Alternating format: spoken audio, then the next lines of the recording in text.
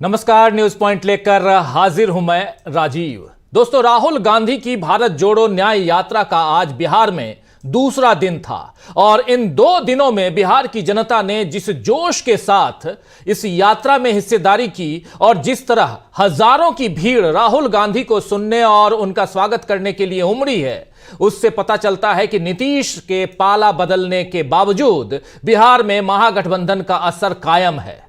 आपको याद दिला दूं दोस्तों कि कल लालू यादव ईडी के सामने पेश हुए थे और आज तेजस्वी यादव ने, जी हां, तेजस्वी यादव से आज ईडी ने पूछताछ की है। लेकिन राजद के समर्थक और वाम दलों के नेता आज राहुल गांधी की भारत जोड़ो न्याय यात्रा में साथ साथ रहे। यानी कहा जा सकता है कि सिर्फ कांग्रेस या राहुल गांधी ने नहीं, बल्कि इंडिया गठबंधन ने आज बिहार के पूर्णिया में, सीमांचल में जबरदस्त रैली की है, बहुत बड़ी रैली की है। राहुल गांधी ने कल तो नीतीश का नाम लिए बिना बीजेपी पर निशाना साधा था, आपको याद होगा, लेकिन आज राहुल गांधी ने अपने अंदाज में नीतीश की खबर ली और बता दिया कि जरा सा दबाव सहन करने की क्षमता सुशासन बाबू में नहीं है। क्या कहा है राहुल गांधी ने, जरा सुन लेते हैं। यहीं से शुरुआत करेंगे इस चर्चा की। पहले सुनते हैं राहुल गांधी एक चुटकुले के अंदाज में कैसे निशाना साध रहे हैं नीतीश कुमार पर। सुनिए। अभी जब अखिलेश जी का भाषण चल रहा था तो बघेल जी ने मुझे चुटकुला सुनाया। आपके स्टेट के आपके चीफ मिनिस्टर के बारे में चुटकुला है, मैं सुना देता हूं आपको। सुनना है?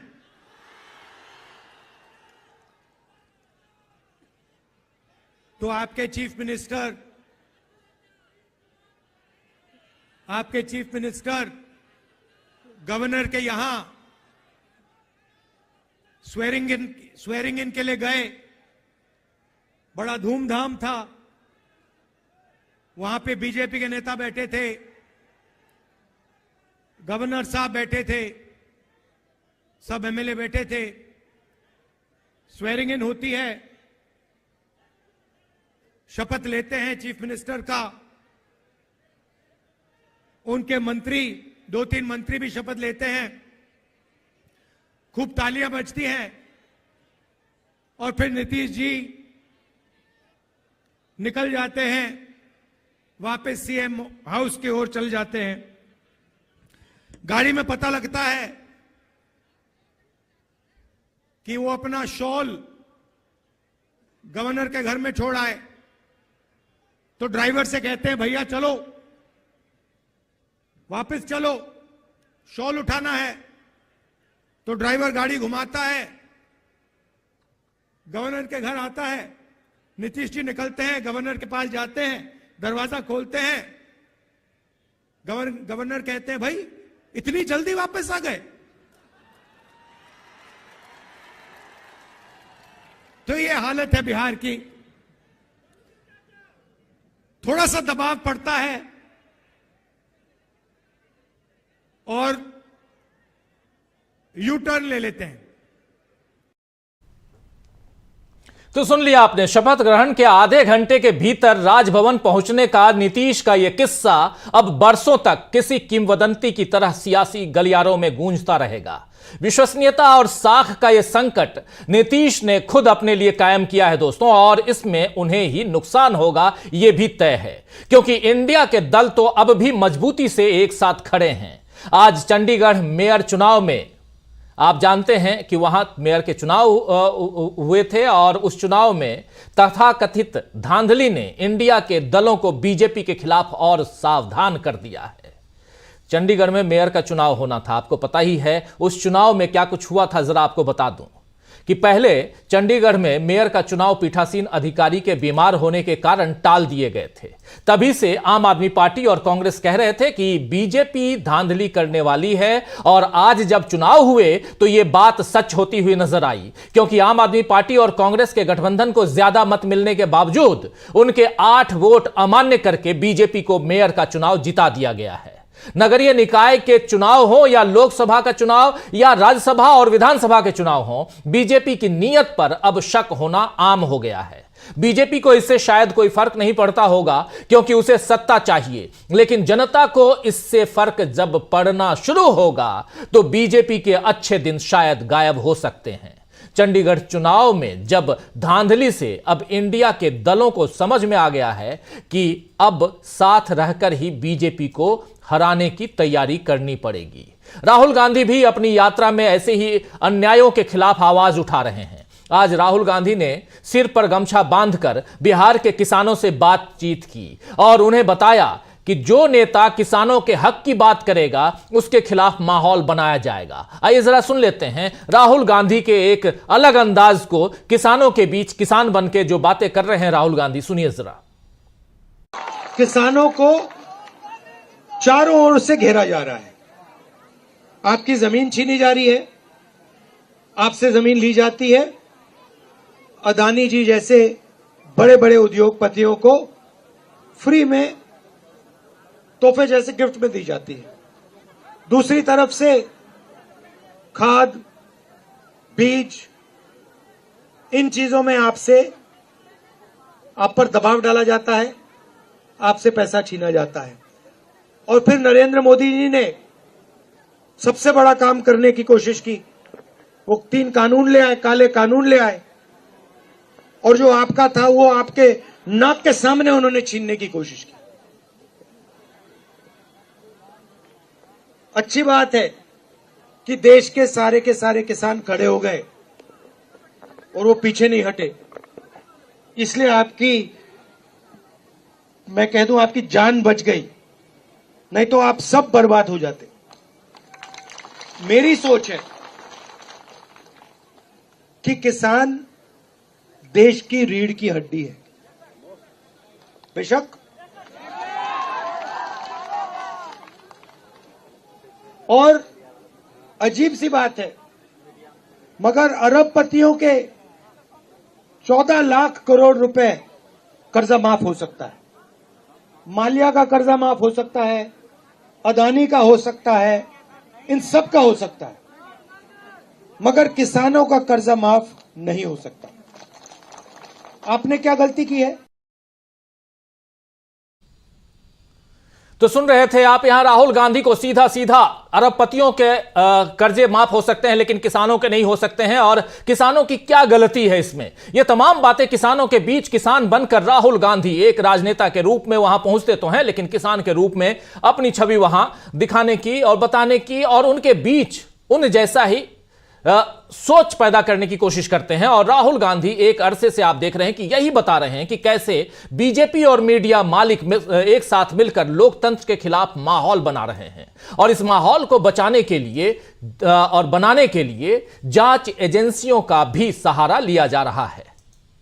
लालू प्रसाद यादव हो या तेजस्वी यादव, आप देख लीजिए, दोनों से पूछताछ की खबरें हमने आपको बताई हैं। कल लालू प्रसाद यादव से ईडी ने लगभग 10 घंटे पूछताछ की और आज वही खबर तेजस्वी यादव के साथ भी आई। अब यही दबाव उधर झारखंड में हेमंत सोरेन जो झारखंड के मुख्यमंत्री हैं उन पर भी बनाया जा चुका है। यहां तक कि उनकी फरारी की खबरें भी चला दी गई, लेकिन हेमंत सोरेन रांची में ही हैं और आज उन्होंने अपने विधायकों के साथ मीटिंग भी की है। उस मीटिंग में उनकी पत्नी भी थी। अब इसके आगे की कहानी क्या कुछ आती है वो हम आप तक पहुंचाएंगे, लेकिन पिछले 2 दिनों से जो कहा जा रहा था कि अब हेमंत सोरेन की गिरफ्तारी हो सकती है और इसके साथ ही बीजेपी फिर से पिछले दरवाजे से झारखंड की सत्ता हथियाने की कोशिश कर सकती है। ऐसा इसलिए क्योंकि बिहार की सत्ता हो या झारखंड की सत्ता हो, इन पर अगर बीजेपी काबिज होती है तो अगले चुनाव में उसको फायदा हो सकता है, क्योंकि शासन प्रशासन उसके हाथ में होगा। लेकिन बड़ा सवाल यह है कि क्या बीजेपी की कोशिशें कामयाब होंगी या फिर इंडिया गठबंधन की मजबूती के आगे पस्त होंगे सारे पैतरे। आगे बढ़े उससे पहले आइए जरा राहुल गांधी के एक भाषण के, जो आज पूर्णिया में वो भाषण दे रहे थे जिसका एक चुटकुला वाला अंश आपके सामने रखा, उसके दूसरे अंश को सुनाता हूं, दूसरे भाग को सुनते हैं, जिसमें उन्होंने बीजेपी और नीतीश कुमार पर जोरदार हमला बोला है। जरा सुन लेते हैं, सुनिए।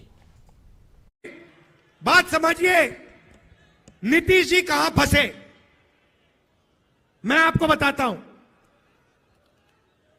मैंने नीतीश जी से साफ कह दिया कि देखिए, आपको जाति जनगणना बिहार में करनी पड़ेगी, हम आपको छूट नहीं देंगे। और आरजेडी ने, हमने यह काम नीतीश जी पर दबाव डाल के किया। अब क्या हुआ?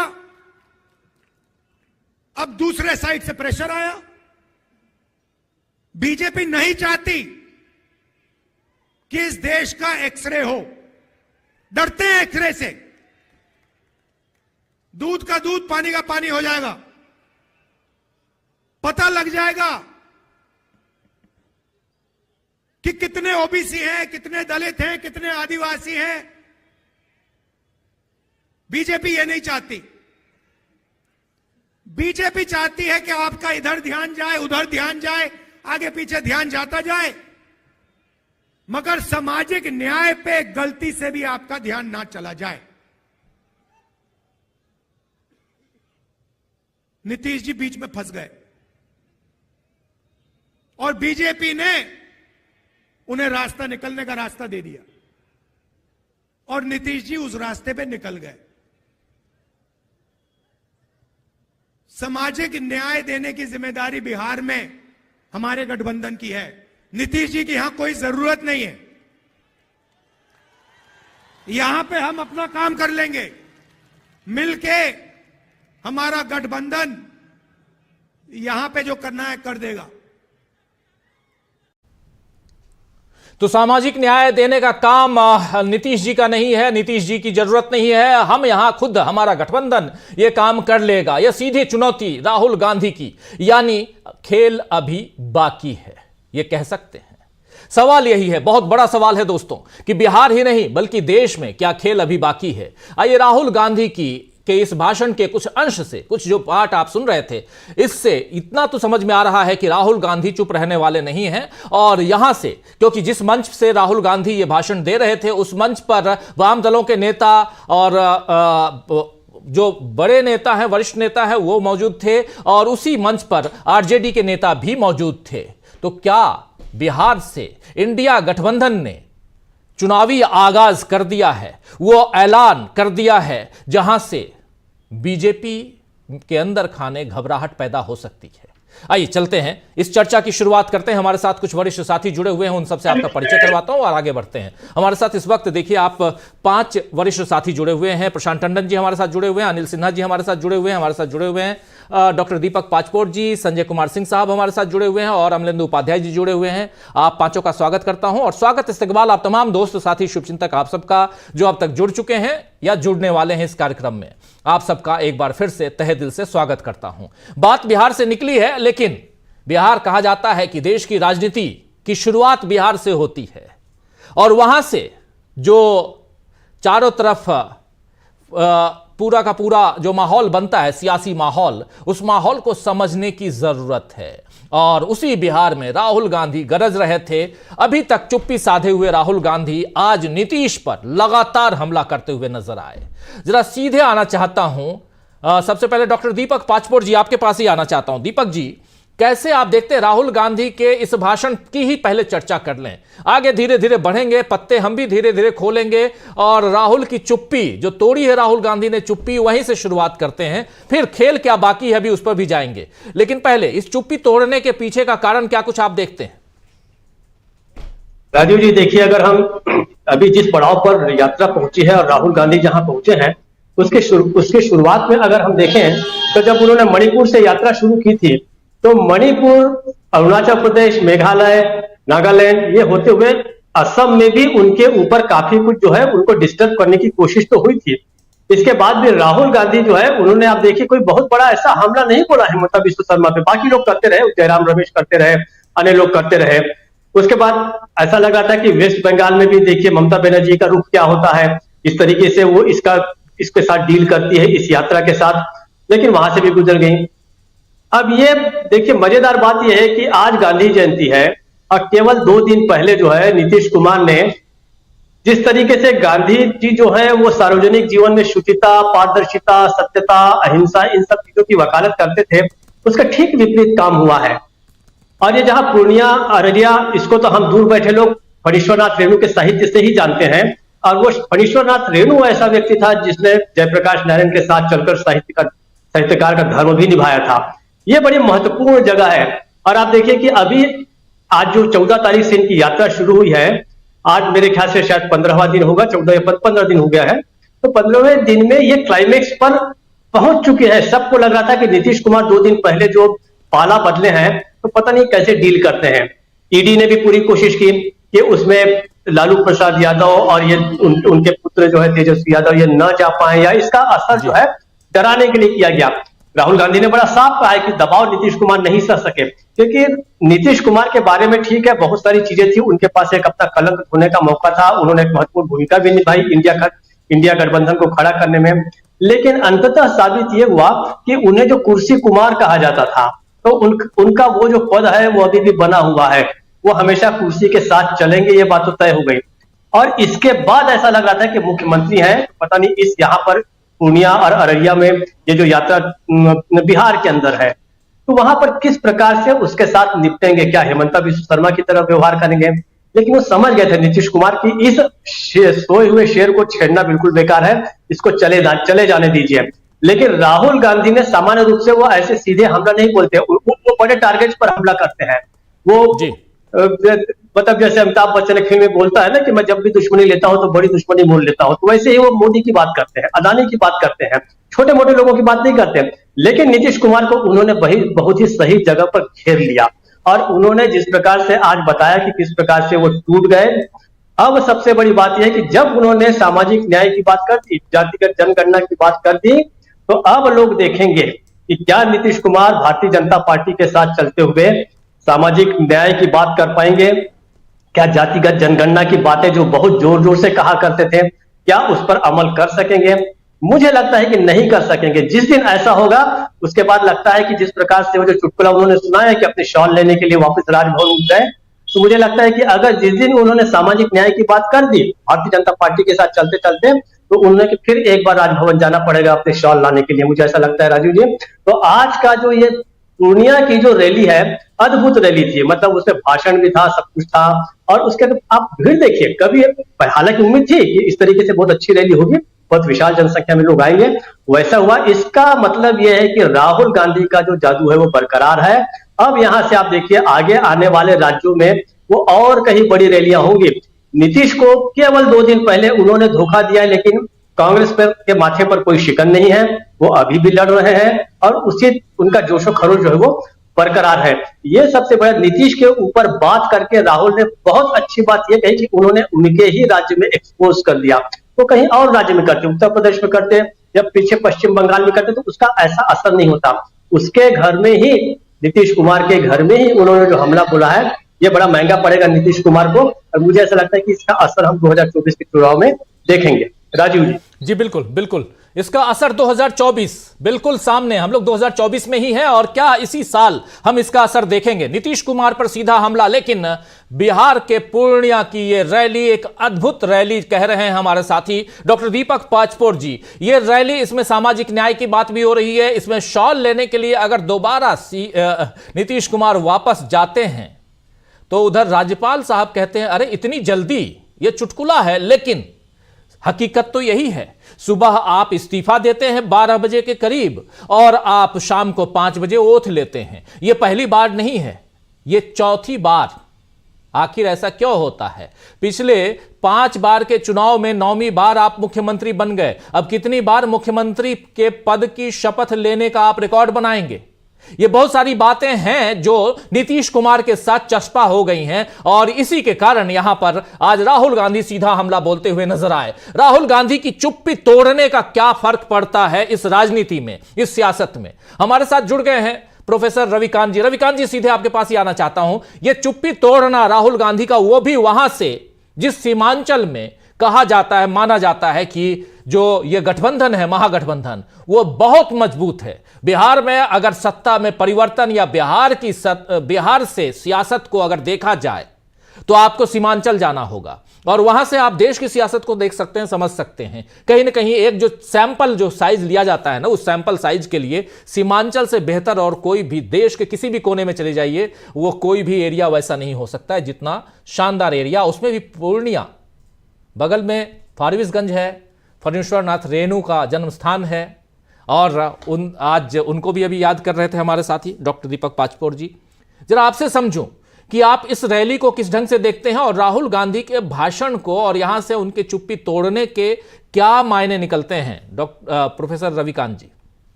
शुक्रिया राजीव जी। देखिए, मैं थोड़ा सा इतिहास में जाना पसंद करूंगा आज जी। आज गांधी जी की बलिदान का भी दिवस है और जो भारत का स्वाधीनता आंदोलन है वो इसी बिहार की धरती से जन आंदोलन बनता है। चंपारण को हम लोग याद करते हैं खास करके।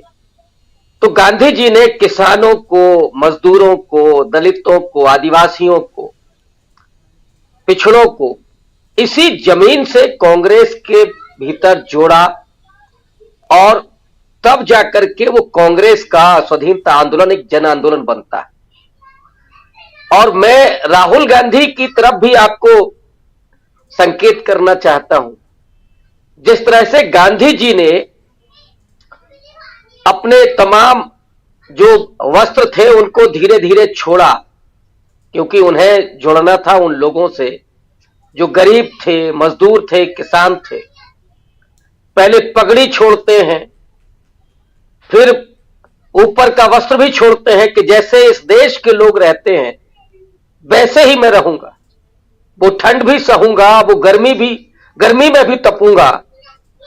मुझे लगता है कि ये तारीख भी याद करनी चाहिए हमें कि राहुल गांधी ने कब से इस टी शर्ट को पहना है। आने वाले वक्त में इसकी तारीख भी लिखी जाएगी। और ऐसे ही नहीं, राहुल गांधी कोई फैशन में नहीं टी शर्ट पहन रहे हैं, और इतनी अगर ठंड में भी वो इस टी शर्ट में चल रहे हैं, वो दरअसल उस सर्द को महसूस करना चाहते हैं, देश के दर्द को महसूस करना चाहते हैं। किसानों के जो इतनी ही ठंड में अपने खेतों में कभी पानी देते हैं, गर्मियों में तप करके वो फसल काटते हैं, फसल बोते हैं, हल चलाते हैं, और ऐसे ही इस देश का ग्रामीण तबका वो इसी तरह का जीवन जीता है। तो वो तासीर जो है इस देश की है, उससे जुड़ रहे हैं राहुल गांधी। और आज उन्होंने बिहार की उस धरती से, पूर्णिया की उस धरती से जो बेहद ऐतिहासिक है, साहित्यिक भी है, वहां से उन्होंने नीतीश कुमार पर जो बोला है वो आज के बिहार की राजनीति की हकीकत है। नीतीश कुमार की उनकी राजनीति की हकीकत है कि आखिर आप डर करके आप सामना नहीं कर पा रहे हैं उस सत्ता का। और यहां तो हर किसी के घर पर, ऑफिस पर ईडी रोज जा रही है। यह भी सवाल उठ रहा है कि नरेंद्र मोदी लोकसभा चुनाव को लेकर के इतना खौफजदा है कि कायराना हरकत पर आ गए। और आज हम गांधी जी को याद करते हुए बात कह रहे हैं। गांधी जी कहते थे कि सत्याग्रह जो है वो कायरों का नहीं, वीरों का हथियार है। चाहे ईडी के सामने ये लोग जा रहे हो या राहुल गांधी अपनी भारत जोड़ो यात्रा, न्याय यात्रा कर रहे हो, ये सत्याग्रह है, ये वीरों का है काम, ये कायरों का नहीं है। कायर तो वो है जो टिड्डी दल की तरह ईडी को छोड़ देते हैं विपक्ष पर, सीबीआई को छोड़ देते हैं, जिन्हें जनता से आंख मिलाने की हिम्मत नहीं है, जिन्हें मणिपुर की महिलाओं से आंख हिलाने की हिम्मत नहीं, जिन्हें उन पहलवान बेटियों से आंख मिलाने की हिम्मत नहीं है, वो टिड्डी दल की तरह अपने ईडी और सीबीआई का इस्तेमाल कर रहे हैं।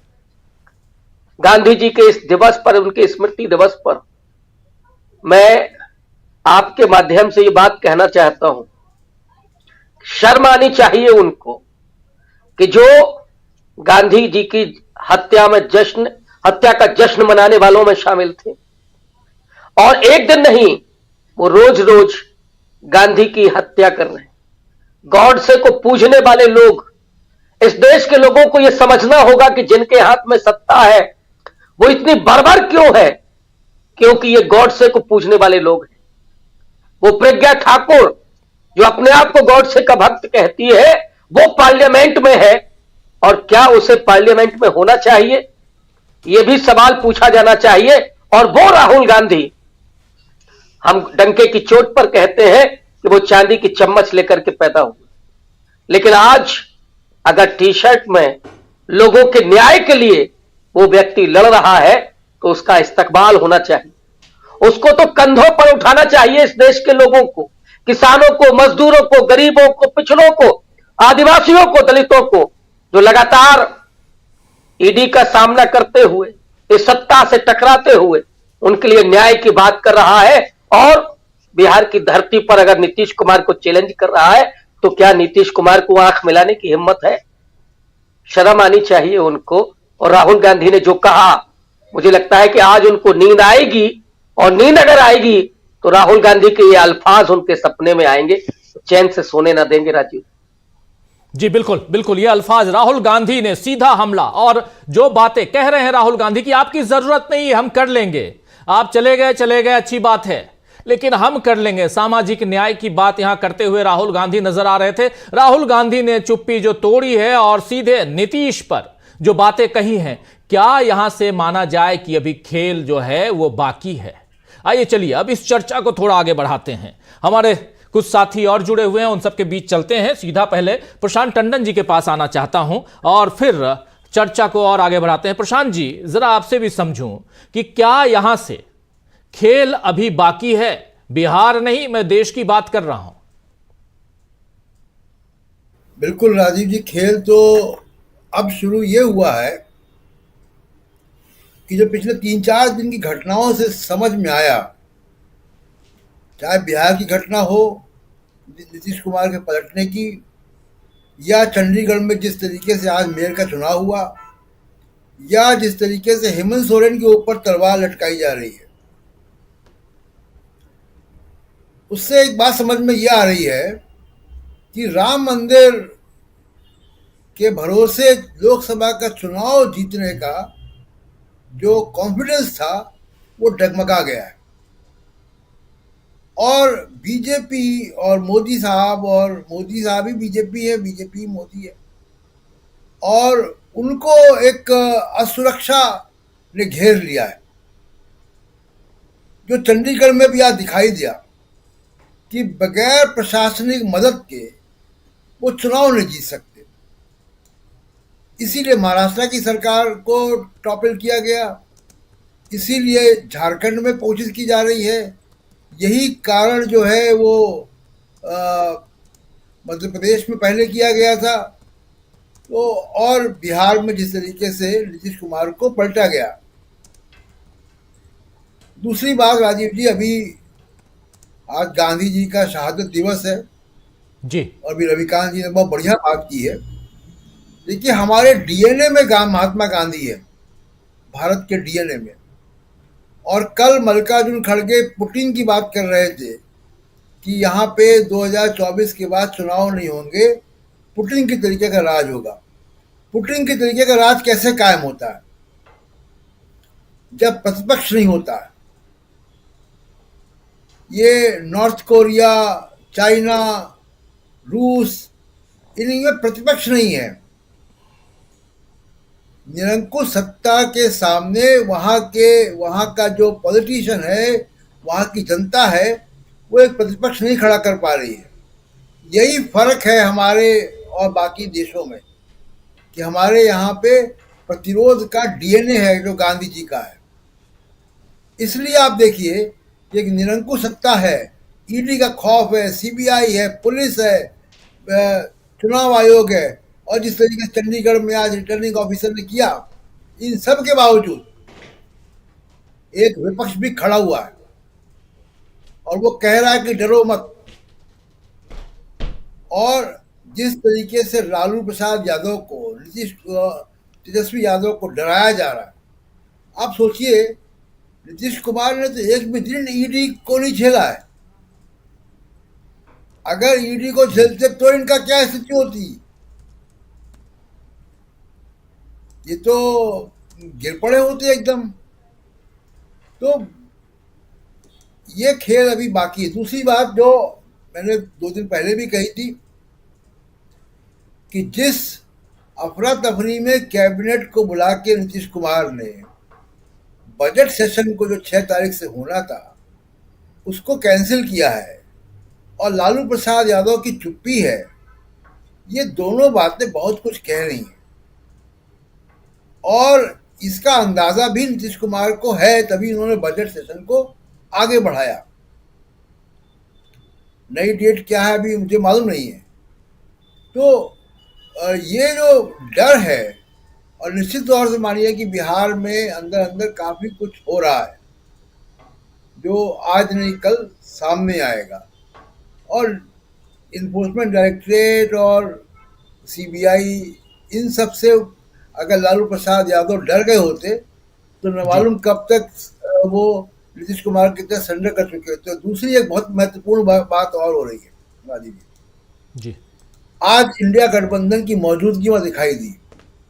ईडी का पूछताछ नहीं होती तो तेजस्वी यादव भी वहां होते। वहां पे सीपीआई एमएल के महासचिव भी थे दीपांकर भट्टाचार्य जी, और अखिलेश यादव ने अब ईडी के खिलाफ भी बोलना शुरू कर दिया है। आज उनके ट्वीट आया है और दूसरा उन्होंने चंडीगढ़ में जिस तरीके से मेयर का चुनाव हुआ उस पर भी बोला है। तो अब इंडिया गठबंधन के लोग जो कहा जा रहा था कि ईडी से डर गए, तो ईडी का डर अब निकल रहा है। और जिस दिन ये डर राजीव जी मायावती के ऊपर से निकल गया, आप देखिए कि उत्तर प्रदेश में क्या होगा। तो खेल अभी काफी कुछ बाकी है और पूरी तरीके से कोशिश यही है कि ईडी के जरिए, मीडिया के जरिए डरा धमका कर चुनाव जो है वो कराए जाए, विपक्ष को हतोत्साहित किया जाए, लेकिन ऐसा लग नहीं रहा है। बिल्कुल बिल्कुल बिल्कुल आप सही कह रहे हैं कि अभी खेल बाकी है, बहुत कुछ किया जा रहा है। लालू प्रसाद यादव को डराने की कोशिश हुई, लालू प्रसाद यादव के बाद उनके बेटे तेजस्वी यादव को डराने की कोशिश हुई और ईडी से आज पूछताछ, ईडी के सामने आज तेजस्वी यादव उपस्थित हुए, मौजूद हुए और इधर उनसे पूछताछ हुई कल लालू प्रसाद यादव, और इधर राहुल गांधी के साथ आज तमाम उनके जो घटक दल हैं इंडिया गठबंधन के वो नजर आए, और खासकर बिहार के कांग्रेस के साथ साथ वहां सीपीआईएम, सीपीएम, सीपीआई-एमएल और उसके अलावा राजद के तमाम नेता वहां मौजूद रहे पूर्णिया में। इसके क्या मायने निकाले जाएं, इस पर चर्चा हम तो कर ही रहे हैं, लेकिन क्या अभी खेल जो है उसकी शुरुआत हुई है? खेल अभी बाकी है, पिक्चर अभी बाकी है। आना चाहता हूं अनिल सिन्हा साहब, हमारे दो साथी बिहार पर बहुत गहरी नजर रखते हैं। अनिल सिन्हा साहब, आपसे भी जरा समझूं कि यहां से सबसे पहली बात, बड़ी बात कि राहुल गांधी ने आज जो चुप्पी तोड़ी, कल तक कुछ नहीं बोल रहे थे, नाम तक नहीं ले रहे थे, और आज सीधा हमला नीतीश कुमार पर कह करके क्या कुछ वो बताना चाहते हैं? बहुत इंपॉर्टेंट है कि वो चुप्पी तोड़ी, वो उसको आप देखिए कि उसका तरीका क्या था। मैं दो जो पैटर्न है आक्रमण का, वो विपक्ष में है, उन्होंने विश्वासघात किया, चले गए, और ऐसे समय में गए, वो बहुत क्रूशियल मोमेंट है। भारत जोड़ो यात्रा प्रवेश करने वाली थी बिहार की सरजमी पे, और ऐसे समय में पूर्णिया में रैली होने वाली थी। ऐसे समय में उन्होंने सीधे सीधे इंडिया गठबंधन को के पीठ में छुरा भोंकने का काम किया। लेकिन जरा आप देखिए कि आप यही जब नीतीश कुमार आए थे बाहर इससे एनडीए से और इंडिया गठबंधन में आए थे, तो उनके लोगों का बयान देखिए और उनके भाषण का तौर तरीका देखिए। इवन प्रधानमंत्री ने जब वो विधानसभा में बोले थे, औरतों पर जो फिसल गई थी उनकी जुबान या उनका तरीका जो हुआ था जिस तरह से महिलाओं पर, तो वो क्लिपिंग्स देखिए किस तरह के व्यक्तिगत और निजी हमले किए थे नीतीश कुमार पे।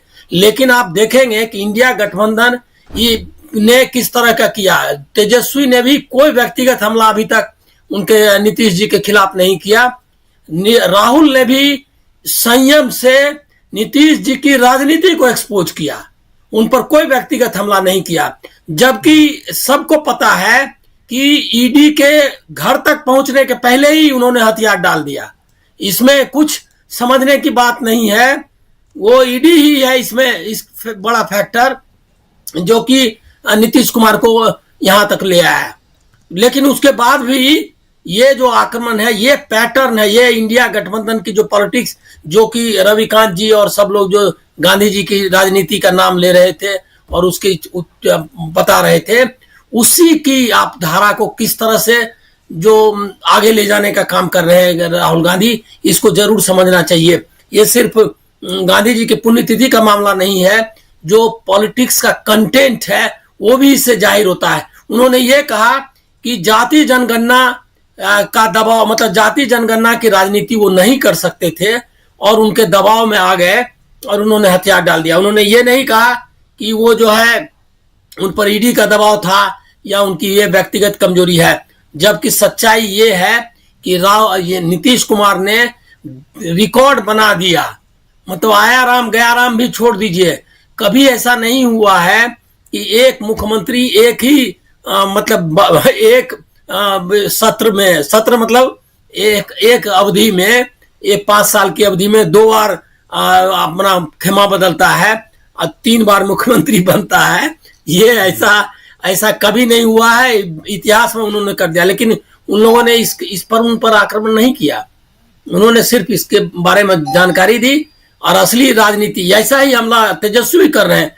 और इससे सबसे बड़ी बात क्या हुई है कि एक तो इंडिया गठबंधन, जिसका निश्चित तौर पर बिहार में उसके चेहरा तेजस्वी है और राष्ट्रीय स्तर पर राहुल गांधी हैं, दोनों ने एक बड़े ऐसे इशू को बहुत ही संयम और बहुत ही परिपक्वता के साथ किया है।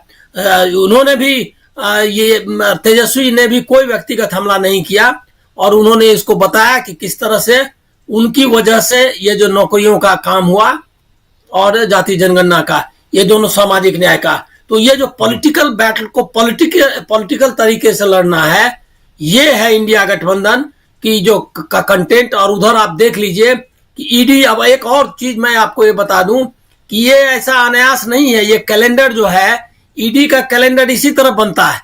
जब चुनाव चल रहा था मध्य प्रदेश, राजस्थान और छत्तीसगढ़ में, तो आपने देखा कि भूपेश बघेल के यहाँ उसका बन गया प्रोग्राम और ऐसा लग रहा था कि अगर उनकी पूछताछ नहीं होगी और अगर जांच नहीं करेगी तो उसको कभी मौका ही नहीं मिला, समय निकल रहा है। लेकिन अब क्या हुआ उस समय का, ऐसे ही राजस्थान में प्रदेश अध्यक्ष को के ही घर में छापा पड़ गया, चुनाव चल रहा है।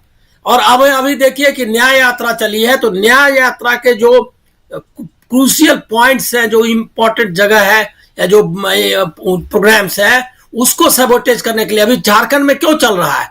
झारखंड में जो यात्रा होने वाली है उसमें 7 लोकसभा सीटों में वो यात्रा चलेगी। पलामू और सब सारे इलाके हैं, वो सारे इंपॉर्टेंट इलाके हैं, इसीलिए अभी उनको ये किया जा रहा है। लेकिन आप देख लीजिए कि अगर हेमंत सोरेन लालू प्रसाद जी की तरह अगर डट के साथ खड़े रह गए ईडी में, तो ईडी इनइफेक्टिव हो जाएगा और लोकसभा चुनाव में इसका दूसरा असर होगा। तो बिहार और झारखंड दोनों में ईडी के जरिए राजनीति कर रही है। प्रशांत जी से मैं पूरी तरह सहमत हूं कि राम मंदिर का उद्घाटन का जो था उनका कार्ड और जो उस पर जो भरोसा था वो उनका कम हो गया है। अब वो ईडी के कैलेंडर पर ज्यादा भरोसा कर रहे हैं। राम मंदिर से ज्यादा ईडी के कैलेंडर पर भरोसा ज्यादा कर रही है बीजेपी। आखिर ऐसा क्यों? क्या राम मंदिर का मुद्दा जो है जैसा सोचा था वैसा नहीं हो पाया? चलिए, राम मंदिर की बातें बहुत हो चुकी हैं और मुद्दा कैसे गौण हो गया है ये सब आप लोग देख रहे हैं। लेकिन यहां सामाजिक न्याय की बात राहुल गांधी कर रहे हैं और सीधा हमला कर रहे हैं नीतीश कुमार पे। नीतीश कुमार का नाम लेकर उनके ऊपर अगर एक चुटकुला तक वो कह रहे हैं अपने शुरुआती भाषण में, और उसके अलावा वो जिस प्रकार हमला कर रहे हैं, जिस तरह से हमला कर रहे हैं राहुल गांधी, ये साफ नजर आ रहा है कि राहुल गांधी ने और उनकी पार्टी ने या इस गठबंधन ने, इंडिया गठबंधन ने सीधे सीधे पहले से ही ये तय मान लिया था कि नीतीश कुमार हमारे साथ रहने वाले नहीं हैं और उनके साथ शायद इंडिया गठबंधन के नेता कंफर्टेबल नहीं थे, ऐसा माना जाए। संजय कुमार सिंह साहब। बिल्कुल, मैंने तो खबर पढ़ी आज, शायद किसी अखबार में है कि जयराम रमेश ने और राहुल गांधी ने, शायद जयराम रमेश ने कहा है, राहुल गांधी ने नहीं कहा है, कि नीतीश कुमार पहले से ही चाह रहे थे, पहले दिन से उनकी महत्वाकांक्षा थी या वो चाहते थे कि कन्वेनर बने, और इंडिया ब्लॉक में इस पर सहमति नहीं थी कि उनको कन्वेनर बनाया जाए। और कन्वेनर इसलिए मैंने कहा गया पब्लिकली, अखबार में खबर है, मैंने वो अखबार की खबर पढ़ी कि जी इंडिया में ये सहमति नहीं थी कि उनको कन्वेनर बनाया जाए, और वो कन्वेनर बनने के लिए इच्छुक थे। तो इंडिया गठबंधन इसलिए नहीं बनाना चाहता था कि जो आदमी बीजेपी के, जो लिखा है, मैं अंग्रेजी का अनुवाद बता रहा हूं, जो लिखा है कि इंडिया गठबंधन इसलिए नहीं बनाना चाहता था कि जो आदमी बीजेपी के संरक्षण में लंबे समय तक रहकर फला फूला है और जिसका दगा देने का रिकॉर्ड है, उसको कैसे संयोजक बनाया जाए और कैसे विपक्ष का चेहरा बनाया जा सकता है। इसलिए हम लोग बनाने के पक्ष में नहीं थे, और हमने नहीं बनाया, वो छोड़कर चले गए। ये हमारे लिए अच्छा ही हुआ। ये क्लियर कट है और बहुत क्लियर है और बहुत क्लियरली कहा गया है। अब अखबार में खबरें छपती नहीं है, समस्या ये है, और टीवी वाले दिखाते नहीं है। लेकिन राहुल गांधी ने बहुत क्लियर कट कहा है और बहुत साफ बात है। राहुल गांधी या जयराम रमेश ने जिससे भी कहा, मुझे याद नहीं, लेकिन कहा है, और ये खबर टेलीग्राफ पे छपी है पहले पन्ने में। तो सबसे बड़ी बात तो ये है कि खबर ही जब नहीं छपेगी तो कन्वे कैसे होगा। और बीजेपी, मुझे लगता है कि हर तरह के उपाय अपना रही है। माने उसने राम मंदिर को छोड़ा नहीं है, वो जाति जनगणना वाले मामले को भी देख रही है कि उसका फायदा कांग्रेस को ना हो जाए, हम उससे कैसे फायदा ले लें।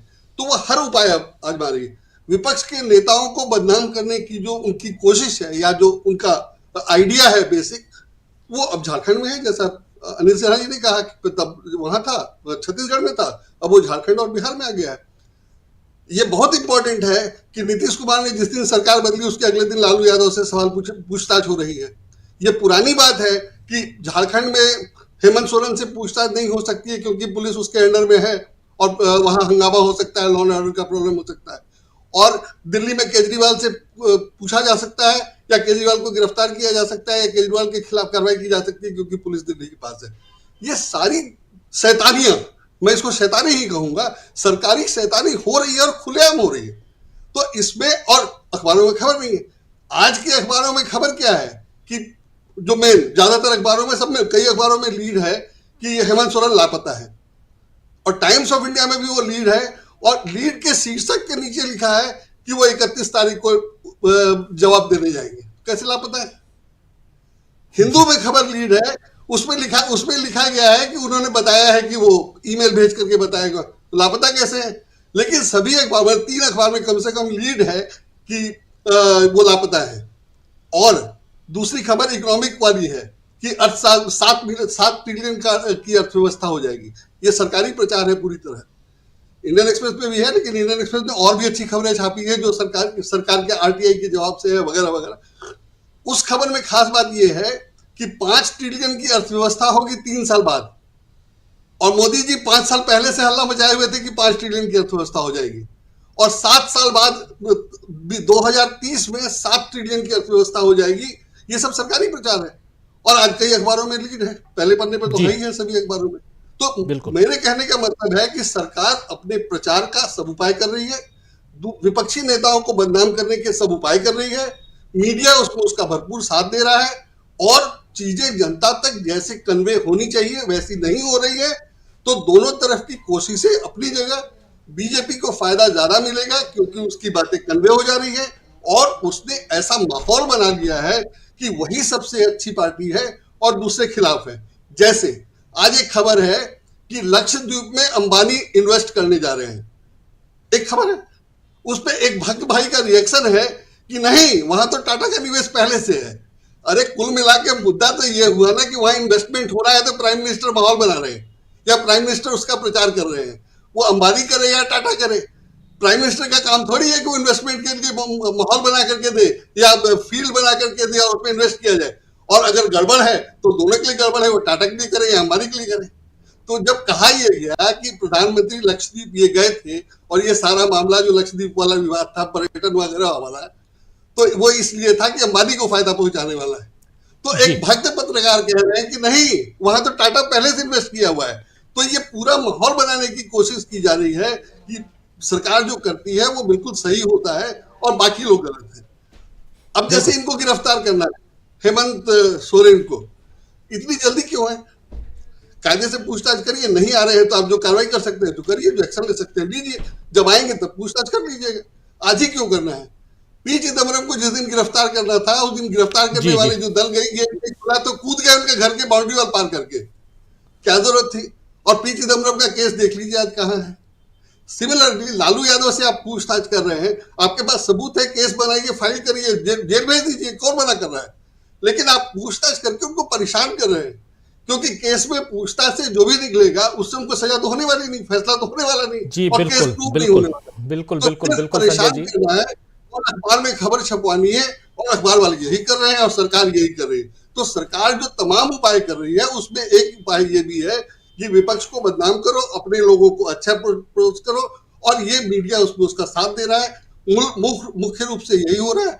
बाकी बीजेपी कोई प्रयास नहीं छोड़े, कोई उपाय नहीं छोड़े, उसमें सारे हैं, चाहे वो राम सब मंदिर एक वाला साथ मुद्दा है, जी, सब एक साथ हैं और बीजेपी जो है हर तरह से हर कोशिश कर तो रही है, लेकिन जो बिहार में जो सियासत में अगर कहें तो अदला बदली या उल्टी पलटी जो भी है, जो कुछ भी हुआ है, उसका क्या असर पड़ने जा रहा है देश की सियासत पे, पहली बात। दूसरी बात ये कि क्या यहां अभी ये माना जाए कि पिक्चर बाकी है, खेल की शुरुआत हुई है या खेल अभी पूरा का पूरा अभी बाकी है? और राहुल गांधी की भारत जोड़ो यात्रा का यहां क्या असर हो रहा है? क्या जो कुछ हुआ, कल भी हम चर्चा कर रहे थे, अमलेंदु उपाध्याय जी आपके पास आना चाहता हूं, कल भी हम लोग चर्चा कर रहे थे कि राहुल गांधी मणिपुर से, देखिए एक तो शुरुआत उस जगह से राहुल गांधी करते हैं जहां का नाम तक लेना प्रधानमंत्री पसंद नहीं करते हैं, मणिपुर का म बोलना पसंद नहीं करते हैं, और वहीं से राहुल गांधी अपनी यात्रा की शुरुआत करते हैं। और शुरुआत से ही राहुल गांधी के साथ लोगों का जो एक सैलाब है, जन सैलाब, वो साथ साथ चलता है। हम सब जान रहे हैं और अपनी टीम लगातार रही है इस यात्रा में, अलग अलग पड़ाव में। शुरुआत में मैं भी था, आप लोगों ने देखा, और उसके बाद से ये यात्रा बिहार पहुंचने को होती है, बिहार में सरकार बदल जाती है, नीतीश कुमार इस पाले से उस पाले चले जाते हैं। जो नीतीश कुमार कभी कहते थे कि मैं मर जाऊंगा लेकिन अब उधर नहीं जाऊंगा, वो नीतीश कुमार बिना मरे हुए उधर चले जाते हैं। चलिए उनकी चिरायु हो, उनकी उम्र बहुत लंबी हो, लेकिन फिर भी अगर ऐसी बात वो कहते हैं तो इस बात का यहां जिक्र आना चाहिए कि राजनेता हैं तो आप कुछ भी कहोगे, कुछ भी बोलोगे, और जनता आपको वोट देती रहेगी, या आने वाले समय में जनता आपको मजा चखाएगी। तो नीतीश कुमार का उधर जाना सिर्फ एक पॉलिटिकल इवेंट है, या यहां से माना जाए कि देश की राजनीति में एक बड़ा बदलाव आने जा रहा है? और उसमें आज की जो रैली थी और उस रैली में इतनी भीड़ इकट्ठा होना, और राहुल के भाषण पर जिस प्रकार वहां की जनता रिएक्ट कर रही थी, उन सबको देख के तो साफ समझ में आ रहा है कि परिस्थितियां बहुत बदल चुकी हैं। लेकिन दूसरी तरफ जब हम चंडीगढ़ की तरफ देखते हैं तो ये देखते हैं कि आम आदमी पार्टी और कांग्रेस दोनों की जीत हो रही है, और वहां 8 वोटों को अमान्य घोषित करके बीजेपी की जीत हो जाती है, उनको जीत दिलवा दी जाती है। मामला अब पहुंच चुका है हाई कोर्ट, लेकिन क्या यहां वो बात नहीं आती, फिर से ईवीएम वाली बात, या आप धांधली कर लीजिए, कुछ और कर लीजिए, इन किन प्रकार किसी भी ढंग से हम अपनी सरकार बनाएंगे, ये बात नहीं आती? तो थोड़ा सा एक जो पर्दा है, एक जो धुंधलापन है, एक जो बादल छाए हुए हैं देश की सियासत पर, उसको जरा हटाने की कोशिश कीजिए अमलेंदु उपाध्याय जी। देखिए राजीव जी, आज की जो भाजपा है, खासतौर से नरेंद्र मोदी काल की भाजपा है, ये असल में अब कोई पर्दा रखना नहीं चाहती है। अटल जी के समय तक पर्देदारी हुआ करती थी कि मुख नहीं मुखौटा है, लेकिन अब तो मुख भी यही है, मुखौटा भी यही है। तो अब कोई शुचिता और राजनीति में सदाचार और कदाचार, मतलब कोई पर्दा नहीं है। जो कुछ है खुल के करेंगे और उसको चाणक्य नीति की संज्ञा दी जाएगी, यानी दुनिया के सारे धर्म करेंगे और उसको जो फिर बताया जाएगा ये तो बहुत बड़े चाणक्य हैं और देखिए कितना अच्छा जो है उन्होंने मैनेजमेंट किया है। यानी दुनिया के सारे धर्म जो है अब वो मैनेजमेंट, राजनीतिक मैनेजमेंट में जो वो शामिल कर लिए जाएंगे। कुल मिलाकर के मोदी काल की भारतीय जनता पार्टी की ये रीति नीति है। अब आप सुनते भी नहीं है कि भारतीय जनता पार्टी का चाल चरित्र चेहरा क्या है। पहले तो चाल चरित्र चेहरा की बहुत बातें होती थी, नरेंद्र मोदी के आने के बाद से भारतीय जनता पार्टी ने चाल चरित्र चेहरे की बातें करना बंद कर दी है। सिर्फ चेहरे की बात करती है, वो चेहरा है नरेंद्र मोदी का। तो वही भूतों ने भविष्य यही बचा है भारतीय जनता पार्टी के पास, तो उसको लेकर के सारी बातें होती हैं। लेकिन राजीव जी, आज दो महत्वपूर्ण बातें हुई हैं राहुल गांधी की इस रैली के जरिए, और मुझे लगता है कि उन दो महत्वपूर्ण बातों को रेखांकित करना जरूरी है। एक तो ये कि आप एक तरीके से ये समझ सकते हैं कि ये इंडिया गठबंधन की पहली रैली थी, इस तरीके से भी इसको देख सकते हैं इस यात्रा के दौरान ही, क्योंकि बिहार के अंदर जो इंडिया गठबंधन में दल है वो लगभग सभी जो थे उनके नेता वहां मौजूद थे इस रैली में। और दूसरा जो महत्वपूर्ण बात राजीव जी ये है कि राहुल गांधी ने यहां से नीतीश कुमार और भारतीय जनता पार्टी के लिए एक संकट जो है वो खड़ा कर दिया है। जो असली बात है वो ये, राहुल गांधी ने जो ये कहा कि हमने नीतीश कुमार के ऊपर दबाव डाला कि आपको जातिगत जनगणना करनी होगी, और तब जाकर के जातिगत जनगणना हुई। अब नीतीश कुमार अगर ये कहते हैं कि नहीं राहुल गांधी का दबाव नहीं था, जातिगत जनगणना उन्होंने ही कराई थी, तो भारतीय जनता पार्टी अब बताए कि नीतीश कुमार की जातिगत जनगणना थी, उनकी करवाई हुई, उसको भारतीय जनता पार्टी ने जिसे फर्जी जातिगत जनगणना कहा था, और ये कहा था कि इसमें तो एक जाति का जो जनसंख्या ज्यादा बताई गई है, तो अब उसका क्या इस पे स्टेक है।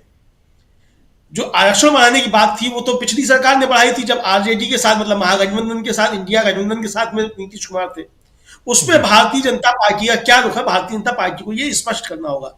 मुझे लगता है कि बिहार की जो भूमि है, उस बिहार की भूमि पर भारतीय जनता पार्टी के लिए राहुल गांधी ने आज एक बड़ा संकट जो वो खड़ा कर दिया है, और शायद पूरे चुनाव तक राहुल गांधी और इंडिया गठबंधन जो है वो नीतीश कुमार को इन्हीं सवालों को लेकर के घेरता रहेगा, और जब नीतीश कुमार घिरेंगे तो भारतीय जनता पार्टी स्वतः गिरती चली जाएगी। क्योंकि भारतीय जनता पार्टी के लोग भी नीतीश कुमार को किसी भी तरीके से इस समय कहा जाए वो डिफेंड करने की स्थिति में नहीं हो, कर भी नहीं रहे। जो वीडियोस वायरल हो रहे हैं वो भारतीय जनता पार्टी के लोग जो है वो अभी भी यही कह रहे हैं कि पता नहीं कब ये कल चले जाए, तो अभी कुछ नहीं है। दूसरा ये राहुल गांधी ने जो राजीव जी चुटकुला सुनाया, जयराम रमेश ने भी कल उसको ट्वीट किया था कि ये मफलर जो है, मुझे लगता है कि वो मफलर जो है वो पहले ही समझ गए होंगे, और भारतीय जनता पार्टी वाले सोचे होंगे फिर से मफलर लेने के लिए ना आ जाए। तो ये मफलर जो है असल में जो है बड़ा भारतीय राजनीति में मफलर जो है ये बड़ा रहस्यमयी मफलर है। खैर अरविंद केजरीवाल पहले मफलर उड़ा करते थे, खांसी उनकी ठीक हो गई, उसके बाद मफलर उड़ना बंद कर दिया, लेकिन अब ये नीतीश कुमार का मफलर जो छूट जाता है बार बार, इस मफलर को लेकर के क्या बिहार की राजनीति में होगा ये देखना होगा। कुल मिलाकर राजीव जी मसला ये है कि भारतीय जनता पार्टी जो है अच्छे तरीके से इस बात को समझ रही है कि उसके पास फिलहाल जो मुद्दे हैं, जिन मुद्दों के साथ वो चुनाव में जाना चाहती है, वो मुद्दे काम नहीं कर रहे हैं उनके पास। वो बड़ी बातें करते हो 400 आएंगे और सारे वो घोड़े खोल रहे हो, सारे मुद्दों पे काम कर रहे हो, ठीक है, हर राजनीतिक दल अपने मुद्दों पे काम करता है और नए नए तरीके तलाशता है, किसी एक मुद्दे को पकड़ के नहीं रहता है। लेकिन भारतीय जनता पार्टी को ये आभास है कि उसके मुद्दे जो है वो उस तरीके से जमीन पे काम नहीं कर रहे हैं जिस तरीके की आशाएं थी, इसलिए वो रोज रोज नए तरीके जो वो अपनाना चाहती है। अब उसका पूरा भरोसा जो एक तरीके से कहा जाए वो ईडी सीबीआई इन सबके ऊपर है। जहां तक विपक्षी दलों को बदनाम करने की बात है तो भारतीय जनता पार्टी या सरकार में जो भी होगा वो विपक्षी दलों को बदनाम करेगा, विपक्ष सरकार को बदनाम करेगा, तो ये तो एक साधारण सी प्रक्रिया है और राजनीति में ये होता है। लेकिन जिस तरीके से नंगा नाच एजेंसियों के जरिए किया जा रहा है वो सबसे ज्यादा काबिल गौर है कि किस तरीके से एजेंसियों के जरिए नंगा नाच किया जा रहा है और सारी संवैधानिक संस्थाओं को ताक पर रख दिया गया है। प्रधानमंत्री नरेंद्र मोदी जो ताली पीट पीट के कह रहे थे कि सारे भ्रष्टाचारियों को जेल भेजूंगा, वो सारे भ्रष्टाचारियों को नहीं कह रहे थे, वो कह रहे थे कि सारे विपक्ष को जेल भेजूंगा और सारे भ्रष्टाचारियों को भारतीय जनता पार्टी में शामिल कराऊंगा। और इस रणनीति में वो काम कर रहे हैं कि भ्रष्टाचारी जितने हैं वो सब भारतीय जनता पार्टी में शामिल हों, वरना जेल जाने के लिए जो है वो तैयार रहे, और विपक्ष तो जो जेल जाने के लिए तैयार रहेगा ही। तो जितने भ्रष्टाचारी हैं, जिनकी भी लाल डायरियां हैं, वो सब भारतीय जनता पार्टी में शामिल होते जा रहे हैं, और जो भारतीय जनता पार्टी से लड़ने के लिए तैयार हैं, जिनकी लाल डायरियां नहीं है, वो इसी तरीके से ईडी के दफ्तर और ईडी उनके दफ्तर आती जाती रहेगी। राजीव, बिल्कुल बिल्कुल, ईडी के दफ्तर आती जाती रहेगी, लेकिन लाल डायरी हो या पीली डायरी हो क्या फ़र्क पड़ता है। सवाल ये है कि राजनीति में कोई शुचिता नाम की चीज़ है क्या? राजनीति और आज की तारीख में अगर चंडीगढ़ का ही आज का ही ताज़ा जो वाक़या है उसको अगर देखा जाए तो साफ समझ में आता है कि कहीं ना कहीं धांधली जो है यहीं से उसकी शुरुआत होती है। एक मेयर के चुनाव को भी आप उसी हिसाब से लड़ने की कोशिश करते हैं कि किसी न किसी रूप में आपका ही पहले आपका वहाँ का जो पीठासीन अधिकारी है, जो चुनाव अधिकारी है, वो बीमार हो जाता है, फिर कोर्ट से ये आदेश होता है कि 26 तारीख तक आप एनी हाउ चुनाव करवा लीजिए, और जब चुनाव होते हैं तो उसके बाद क्या कुछ होता है आप देख लीजिए। आम आदमी पार्टी और कांग्रेस की जीत होती हुई दिखाई देती है, लीड करते हुए दोनों दल दिखाई देते हैं, लेकिन फाइनली 8 मतों से को अमान्य करके और जीत हो जाती है भाजपा की। क्या यही क्रम आगे भी बना रहेगा? और अगर ऐसा बना रहता है तो फिर 2024 के चुनाव पर जितनी भी हम लोग बातें कर रहे हैं वो सब कुछ व्यर्थ हैं।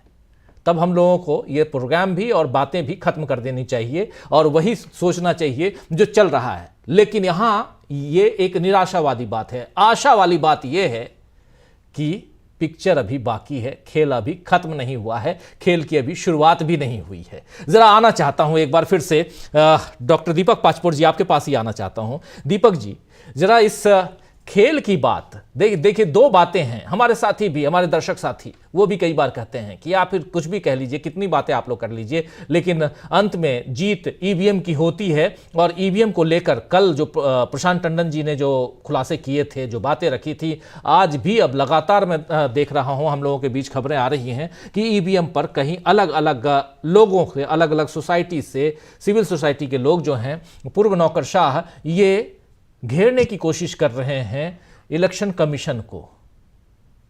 और आज चूंकि गांधी जी को हम याद कर रहे हैं, गांधी जी की शहादत दिवस है आज, उस हिसाब से भी तो गांधी के ज़माने को देखिए, जब अंग्रेज़ थे और उस ज़माने में भी ऐसी ही निराशा थी कि पता नहीं आज़ादी मिलेगी कि नहीं मिलेगी, लेकिन लोग लगे रहे, लड़ते रहे।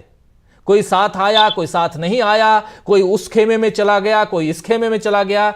आज अंग्रेज नहीं हैं, लेकिन चीजें तो वैसी ही हो रही हैं। कहानी के रूप में अगर इसको लिखिए आप डॉक्टर दीपक पाचपोर जी, तो परिस्थितियां वही तो बनती हुई दिखाई देती हैं। वो आपको आज़ादी की बात थी, यहाँ ईवीएम की बात है, कहीं ना कहीं यहाँ भ्रष्टाचार मुक्त देश की बात है। जिस भ्रष्टाचार मुक्त देश की बात करते हुए प्रधानमंत्री नरेंद्र मोदी यहाँ तक पहुंचे हैं, और उन्हीं के ऊपर, उनके पूरी की पूरी चुनाव प्रक्रिया के ऊपर अगर भ्रष्टाचार के बादल मंडरा रहे हैं, तो कहीं ना कहीं इस पर सवाल तो पैदा होते हैं ना कि आखिर निराशा क्यों रखें या निराशा को क्यों ना दूर करें। डॉक्टर दीपक पाचपोर जी। ये निश्चित रूप से प्रेरणा तो फिर वहीं पर गांधी बाबा के ही पास हमको जाना पड़ता है, उसके सिवा कोई दूसरा रास्ता नहीं है। देखिए, प्रतिरोध जो है वो लोकतंत्र को मजबूत करता है, लोकतंत्र को बनाए भी रखता है। अगर हम स्वतंत्रता संग्राम की बात करें तो सीधी सीधी बात है कि 1857 से लेकर 1947 तक 90 साल तक भारत जो है वो आजादी के लिए लड़ता रहा।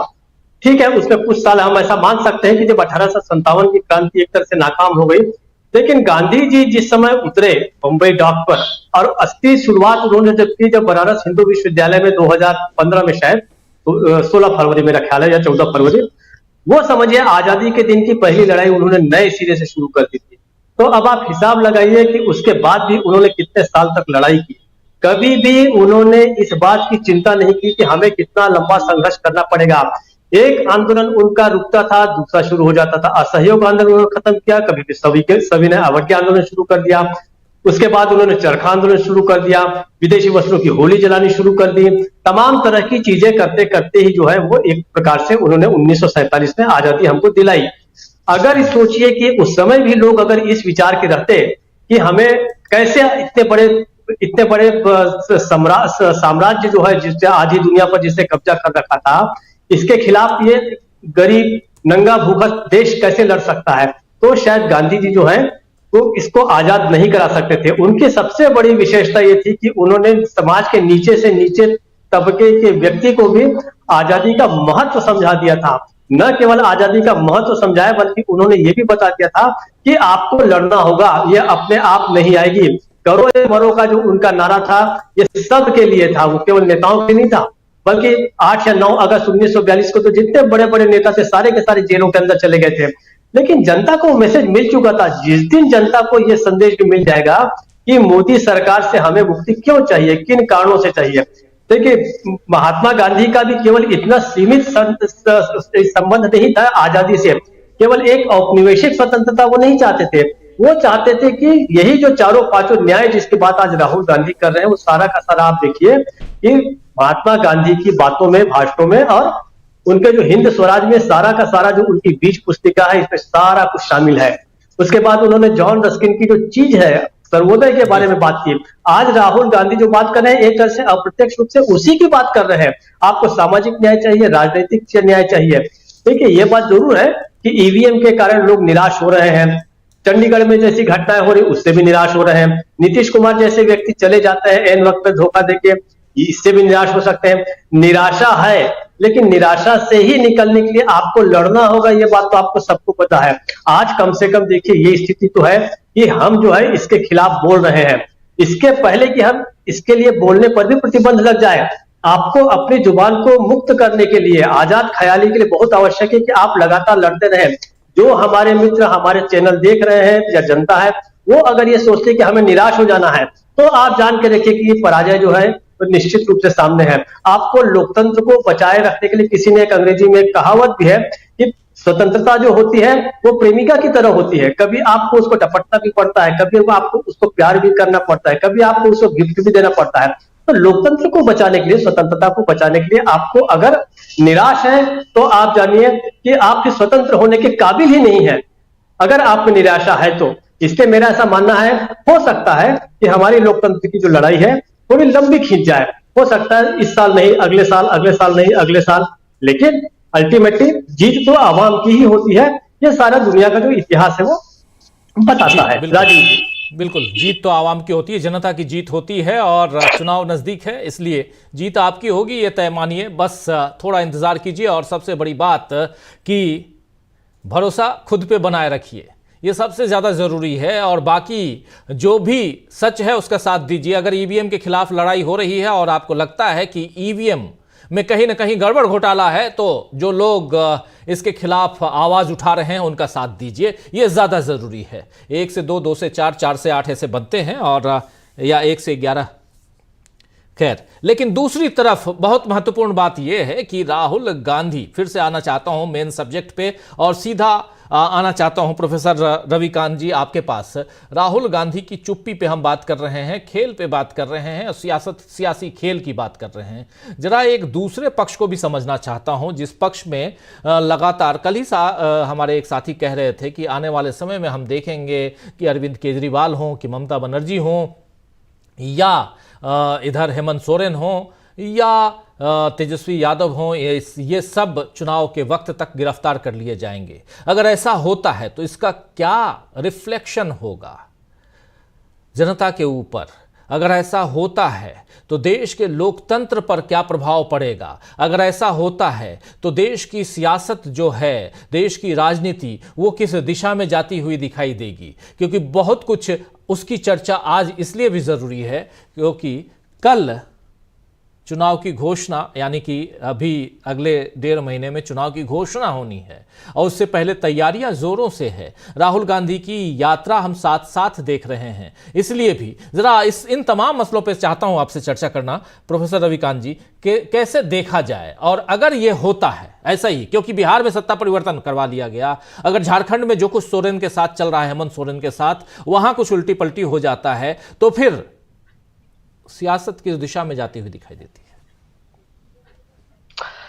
देखिए राजीव जी, एक कहावत है गांव में कि जब गीदड़ की मौत आती है तो वो शहर की तरफ भागता है। इस देश के लोकतंत्र को अगर नरेंद्र मोदी ने इतना हल्का समझ लिया है और इस देश के 140 करोड़ लोगों को बेवकूफ समझ लिया है कि हम उनको बंधक बना लेंगे, समूचे विपक्ष का गला घोंट देंगे, तो वो बहुत बड़ी गलतफहमी में। इस बात को विपक्ष भी समझ रहा है, और इसीलिए कल खड़गे जी ने जो उड़ीसा में बोला था कि ये आखिरी चुनाव है, अगर इस चुनाव में भी नरेंद्र मोदी जीत करके आते हैं तो फिर आगे चुनाव नहीं होने वाला है, ना लोकतंत्र को बंधक बना लिया जाएगा। ये 90 साल के स्वाधीनता आंदोलन के बाद आजादी मिली है, हजारों लाखों लोगों की कुर्बानियों के बाद ये आजादी मिली है। करोड़ों लोगों ने इस देश की आजादी में अपना खून पसीना बहा है, जेलें काटी हैं, और वो क्या समझेंगे जो दलाली और गद्दारी कर रहे थे, जो आज सत्ता में बैठे। ये कहने की आज जरूरत है। जो गांधी जी की तो हत्या पर जश्न नहीं मना रहे थे, सुभाष चंद्र बोस, भगत सिंह, और कौन ऐसा स्वतंत्रता संग्राम सेनानी था जिसके ये साथ खड़े हों, ये सबको कलंकित कर रहे थे। और सुभाष चंद्र बोस के खिलाफ तो भारत जब वो आजाद हिंद फौज का आंदोलन चला, सावरकर क्या कर रहे थे? अंग्रेजों की सेना में भर्तियां करवा रहे थे। जो लोग कहते हैं कि भगत सिंह के लिए गांधी जी ने कुछ नहीं किया, अब चूंकि आज गांधी जी के बलिदान दिवस है, मुझे कुछ चीजें याद आ रही। उन्होंने क्या किया उनसे पूछा जाना चाहिए। ये नाखून तक नहीं कटवाए हैं जो सवाल पूछते हैं उन लोगों से जिन्होंने शहादतें दी।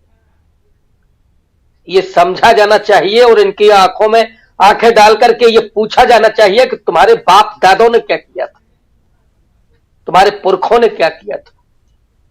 वो अंग्रेजों की दलाली कर रहे थे, गुलामी कर रहे थे, और आज उसी लोकतंत्र पर सवार होकर के जिसकी मुखालफत ये शुरू से करते रहे, उसी संविधान के जरिए जिसको मिटाने के लिए कस्में शाखाओं में खाते हैं, आज यहां पहुंचे हैं। लेकिन वो अगर ये सोचते हैं कि हम इसे मिटा देंगे जी, वो भूल जाते हैं कि इस देश में अभी भी वो करोड़ों लोग हैं जिनके लिए संविधान सर्वोपरि है, क्योंकि उनका जो मानव अधिकार है, जो संवैधानिक अधिकार है, जो समता और स्वतंत्रता की लड़ाई है, जो न्याय पाने की लड़ाई है, वो लड़ाई इस समूचे तंत्र में तब्दील होगी और वो सड़क पर होंगे। अगर मोदी जी को ये भ्रम है, और राजीव जी मैं आपको याद दिलाऊं, थोड़ा रोकना चाहूंगा आपको, अभी जरा फुल स्क्रीन इस विजुअल को दिखा दीजिए। अभी तेजस्वी यादव ईडी से 8 घंटे पूछताछ के बाद तेजस्वी यादव जब बाहर निकले हैं तो ये देखिए मीडिया का जमावड़ा। जरा फुल स्क्रीन ले आइए, क्या कुछ अगर कुछ कह रहे हैं तेजस्वी यादव तो जरा सुन लेते हैं।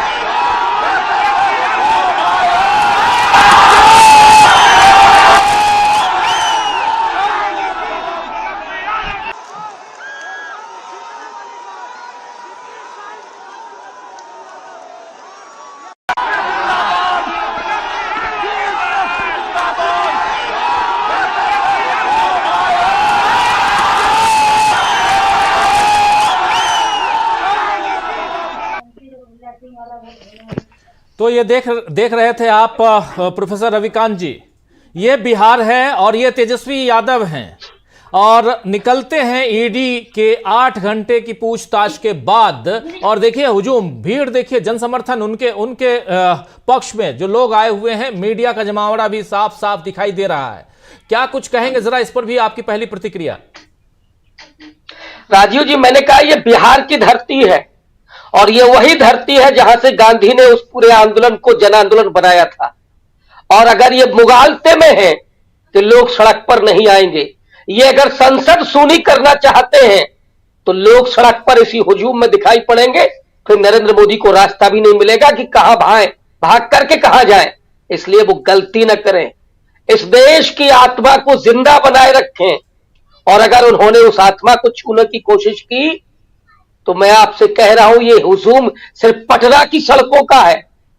ये लखनऊ से लेकर के और कोयंबटूर तक, केरल से लेकर के और जम्मू कश्मीर तक की सड़कें आवारा नहीं रहने वाली है राजीव जी। उन सड़कों पर भी यही हुजूम होगा, क्योंकि लोकतंत्र हमने जैसे पाया है, और ऐसे एक बार नहीं राजीव जी, जो सदियों की गुलामी थी, दलितों की, महिलाओं की, पिछड़ों की, आदिवासियों की, उनके लिए लोकतंत्र और संविधान किसी बड़े आशीर्वाद से कम नहीं है।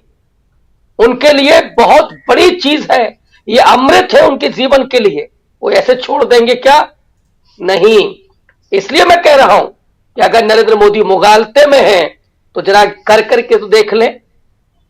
तो परसों का मैं याद दिला दूं आपको, शिक्षा मंत्रालय और यूजीसी ने मिलकर के एक प्रस्ताव जारी किया था कि जो एनएफएस सीट होगी उसको हम अनरिजर्व कर देंगे। केवल ट्विटर से ये इतना डर गए और शाम को ही वापस लेना पड़ा उस प्रपोजल को, वरना कल 11 बजे की तैयारी थी, पूरे देश में आंदोलन खड़ा करने की।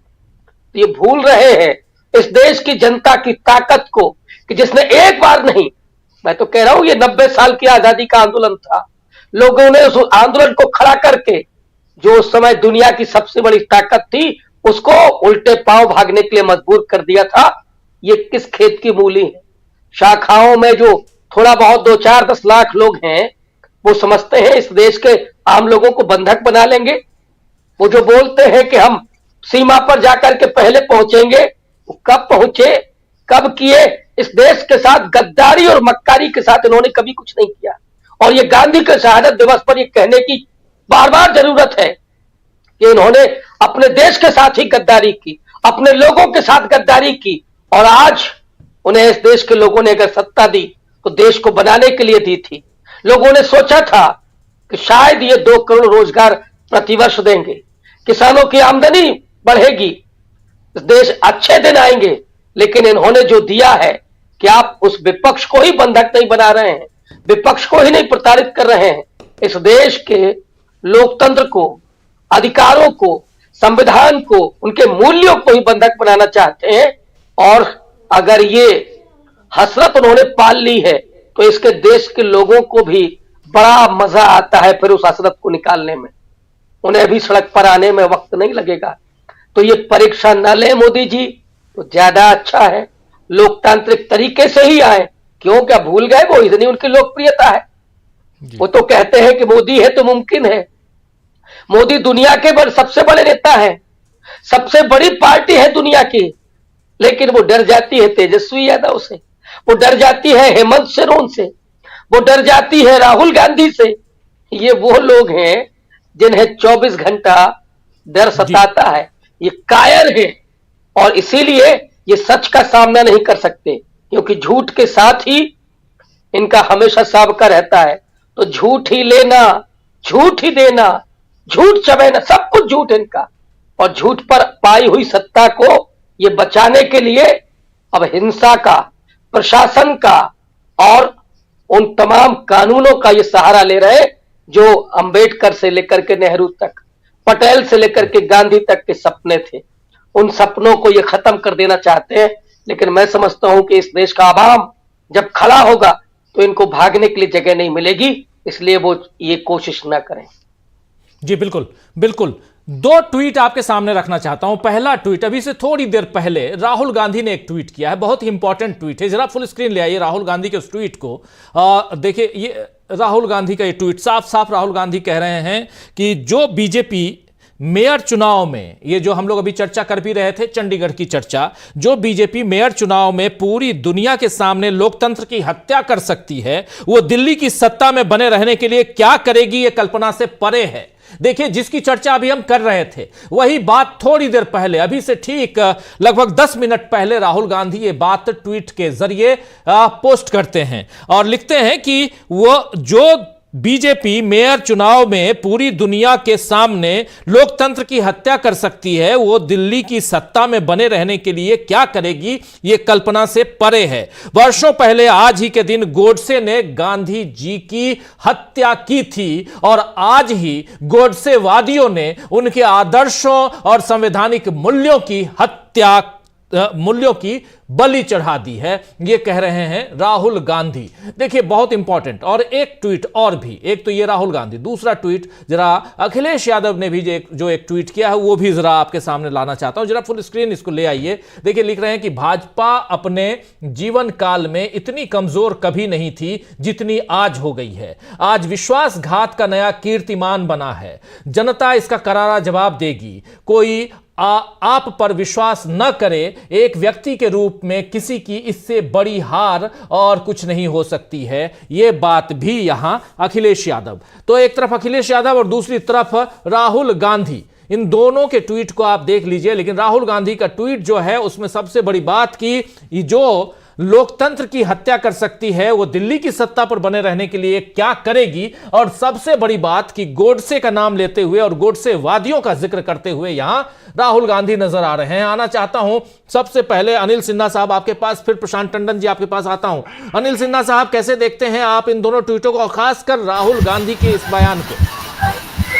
ये देखिए बहुत इम्पोर्टेंट है। और आज तो एक तो पुण्यतिथि है, दूसरा है कि बिहार की में उन्होंने एक तरह से क्लियर लाइन, जो ये गोडसेवादी वाला लाइन ले लिया है।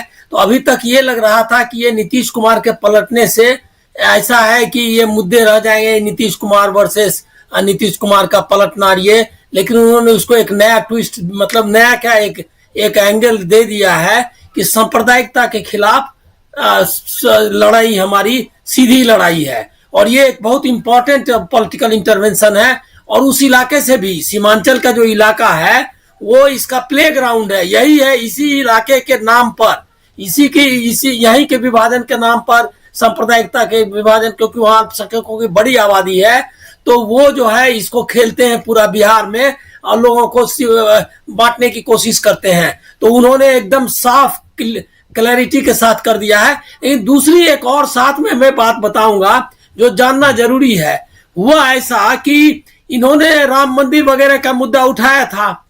अब नीतीश कुमार के पलटने के बाद से बिहार का सेंट्रल एजेंडा जो है वो बिहार का सम्मान हो गया है, जिसकी चर्चा अखिलेश यादव के ट्वीट में नीचे में है।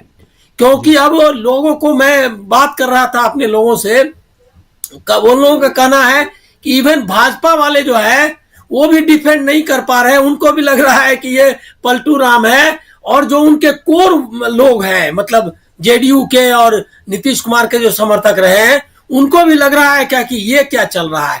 तो ये जो है एक बहुत बड़ी गलती मुझको लग रहा है कि जो कंसोलिडेशन है वोट का बिहार में, कम से कम वो और कंसोलिडेट कर दिया इंडिया गठबंधन के साथ में। और नेशनल लेवल पे ये बहुत इंपॉर्टेंट है। कल या परसों ही कोई कह रहा था कि उनको सीधे सीधे ये लाइन लेनी चाहिए कि गोडसेवादी बनाम गांधीवादी, और ये लाइन नहीं ले रहे हैं, कांग्रेस ये लाइन नहीं ले रही है। ऐसे ही डिबेट में लोग कह रहे थे, लेकिन उनको अंदाजा नहीं था कि राहुल गांधी इस लाइन को ले ही जाएंगे। पिछली बार ऐसा हुआ कि उन्होंने इस कॉस्ट पे भी कि शिवसेना नाराज हो सकती है और सावरकर के नाम पर, लेकिन वो रुके नहीं। महाराष्ट्र की धरती पर उन्होंने सावरकर का नाम लिया और पिछली यात्रा में, और चुनौती दी सीधे, और कहा कि वो हम लोग सावरकरवादी नहीं हैं जो कि माफी मांगते फिरते हैं। तो ये जो है बहुत इंपॉर्टेंट है और इसका असर भी होगा पॉलिटिकली, इवन बिहार में बहुत असर होगा। क्योंकि अब एक पॉलिटिकल लाइन, हमको लग रहा है कि देखिए ये या गठबंधन को जिस तरह से रोकने की कोशिश कर रहे हैं वो पॉलिटिकल नहीं, मतलब पॉलिटिकल बैंकरप्सी है। उनके पास कोई पॉलिटिक्स नहीं है। मुझको लग रहा था क्या कि ये राम मंदिर वाला जो पॉलिटिक्स है इसके जरिए ये पॉलिटिक्स कर पाएंगे, लेकिन हमको लग रहा है इनइफेक्टिव हो गया। क्योंकि हेमंत सोरेन के चेंज कर रहे हैं, नीतीश कुमार को पलट लिया, उसके बाद ले गए तेजस्वी यादव को ले जा रहे हैं। इसका मतलब है कि क्या प्रशांत जी सही कह रहे थे कि उनको उसका कोई असर, देखिए वहां का हाईजैक कर लिया, वही ले गया, मेयर का चुनाव हुआ है। ये तो जबरदस्त है कि मतलब सीधे सीधे उन्होंने बूथ कैप्चरिंग ही है ना, 8 लोगों को सीधे उन्होंने, सब जो है वो आप और कांग्रेस के सदस्य, मतलब जो इधर देने वाला था वोट, उसका वोट ही रिजेक्ट कर दिया। तो ये तो भयंकर है। लेकिन इससे मैं प्रशांत जी की एक बात को मैं दोहराना चाहूंगा यहाँ, कि जो पुतिन वाली बात और नॉर्थ कोरिया के वगैरह का जिक्र किया, तानाशाही अब आपके दरवाजे पर नहीं है, अंदर है।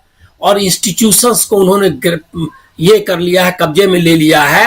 अब स्ट्रीट की जो बात रविकांत जी या हम लोग जो कर रहे हैं, और राहुल गांधी जो स्ट्रीट पर है, वही रास्ता करना पड़ेगा। जो आखिरी चुनाव की बात है, मल्लिकार्जुन खड़गे कोई मतलब बहुत ही सीरियस पॉलिटिशियन है, जब उनको ये अंदेशा हो रहा है तो इसका मतलब समझिए क्या कि स्थिति कहां तक पहुंच गई है, क्या महसूस कर रहे हैं लोग।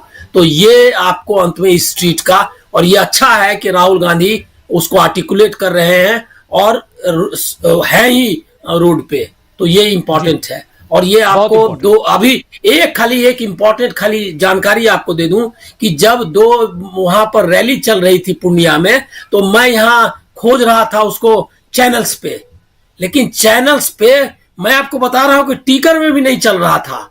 मतलब जो ये है खबर है उसमें भी नहीं चल रहा था कि पूर्णिया में रैली हो रही है, बल्कि उसमें, और फोटो वगैरह तो छोड़ दीजिए, कुछ भी नहीं।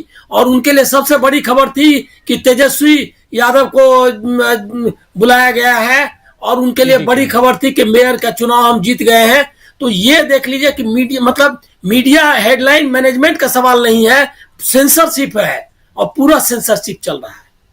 बिल्कुल, मीडिया की बैंकरप्सी है ये, और सबसे बड़ी बात ये है कि हेडलाइंस तक को मैनेज किया जा रहा है, टिकट तक को मैनेज किया जा रहा है। लेकिन ऐसी तमाम खबरें आप डीवी लाइव पर देख सकते हैं। आप तो हमारे पैनलिस्ट साथी हैं, लेकिन जो हमारे तमाम व्यूवर्स हैं वो डीवी लाइव पे ऐसी खबरों के लिए ज़रूर आते हैं, ज़रूर देखते हैं। जो कुछ पूर्णिया में चल रहा था उसकी रिपोर्ट और वो लाइव हम डीवी लाइव पे कर रहे थे। लेकिन सबसे बड़ी बात यह है कि राहुल गांधी ने जो अभी लिखा है, एक्स पे पोस्ट किया है, या ट्विटर कह लें, उस पर जो पोस्ट किया है वो कितना मायने रखता है। उनकी बातें, जो सीधा हमला, आज तक राहुल गांधी ने इतना सीधा हमला नहीं किया होगा।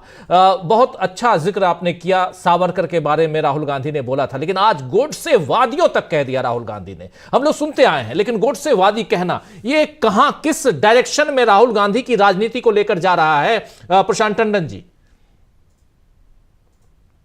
राजीव जी, वो सीधी लड़ाई अब जो है राहुल गांधी कर रहे हैं, और राहुल गांधी के बारे में बड़ी क्लैरिटी है और कई बार उनकी आलोचना होती है इस बारे में कि वो चुनावी राजनीति नहीं करते हैं, लेकिन वो वैचारिक लड़ाई सबसे मजबूत बीजेपी और आरएसएस के खिलाफ कर रहे हैं।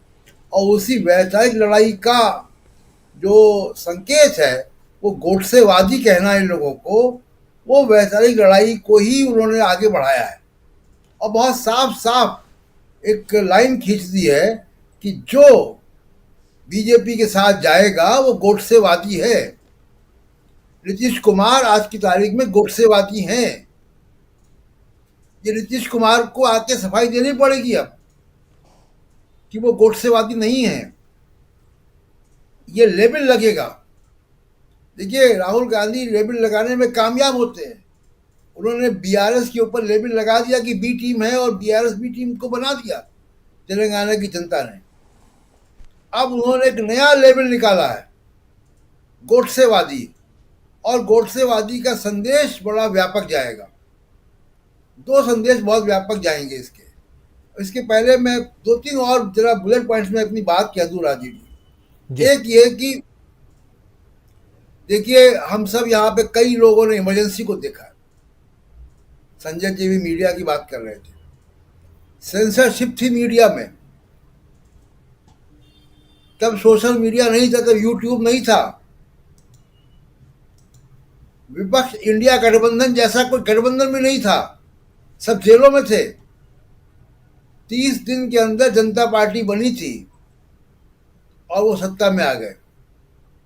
जनता के बीच में आक्रोश था और अभी भी वही मैं देख रहा हूं कि जनता के बीच में आक्रोश है।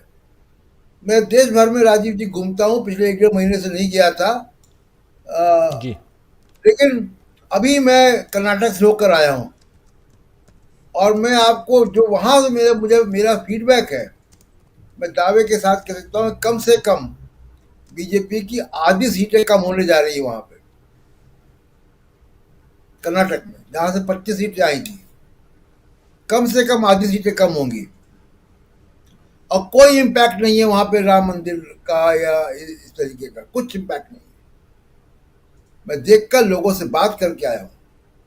तो ये दूसरी बात ये कि देखिए, अखिलेश यादव का जो बयान आया ईडी खिलाफ, अब आमतौर पे अखिलेश यादव चुप होते थे इस मामले पे, अब उन्होंने अगर बोलना शुरू किया है, आप देखिए कैसी गोलबंदी हो रही है। ईडी किन लोगों के खिलाफ काम कर रहा है? जाति जनगणना के विमर्श के दायरे में इस बात को देखा जाए, वो हेमंत सोरेन के पीछे है, वो द्रविड़ आंदोलन से निकले तमिलनाडु की सरकार के पीछे है, स्टालिन के पीछे है, वो भी ओबीसी हैं, वो लालू यादव तेजस्वी यादव के पीछे है, वो अखिलेश यादव के पीछे है। तो ईडी का जो शिकंजा है वो किसके खिलाफ है? भूपेश बघेल भी है उसमें जी, भूपेश बघेल भी हैं।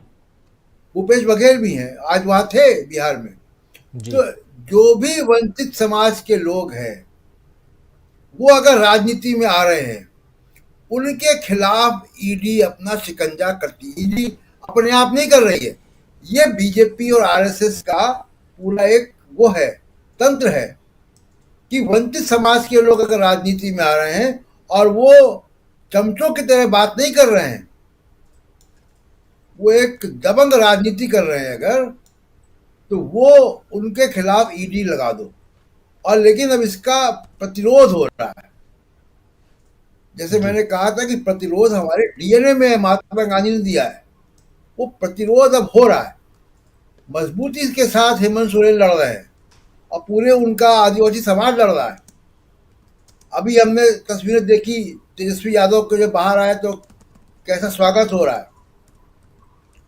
ईडी ने जब सम्मन किया था, याद कीजिए शरद पवार को, वो सम्मन उनको वापस देना पड़ा था। तो मुझे ऐसा लग रहा है राजीव जी कि ईवीएम और ईडी, इन दो के खिलाफ बहुत बड़ा जनादेश जो है वो बन रहा धीमे धीमे। और जिस तरीके से चंडीगढ़ की आज घटना हुई है, वो उसने आग में घी का काम किया है और इसके मद्देनजर काम होगा।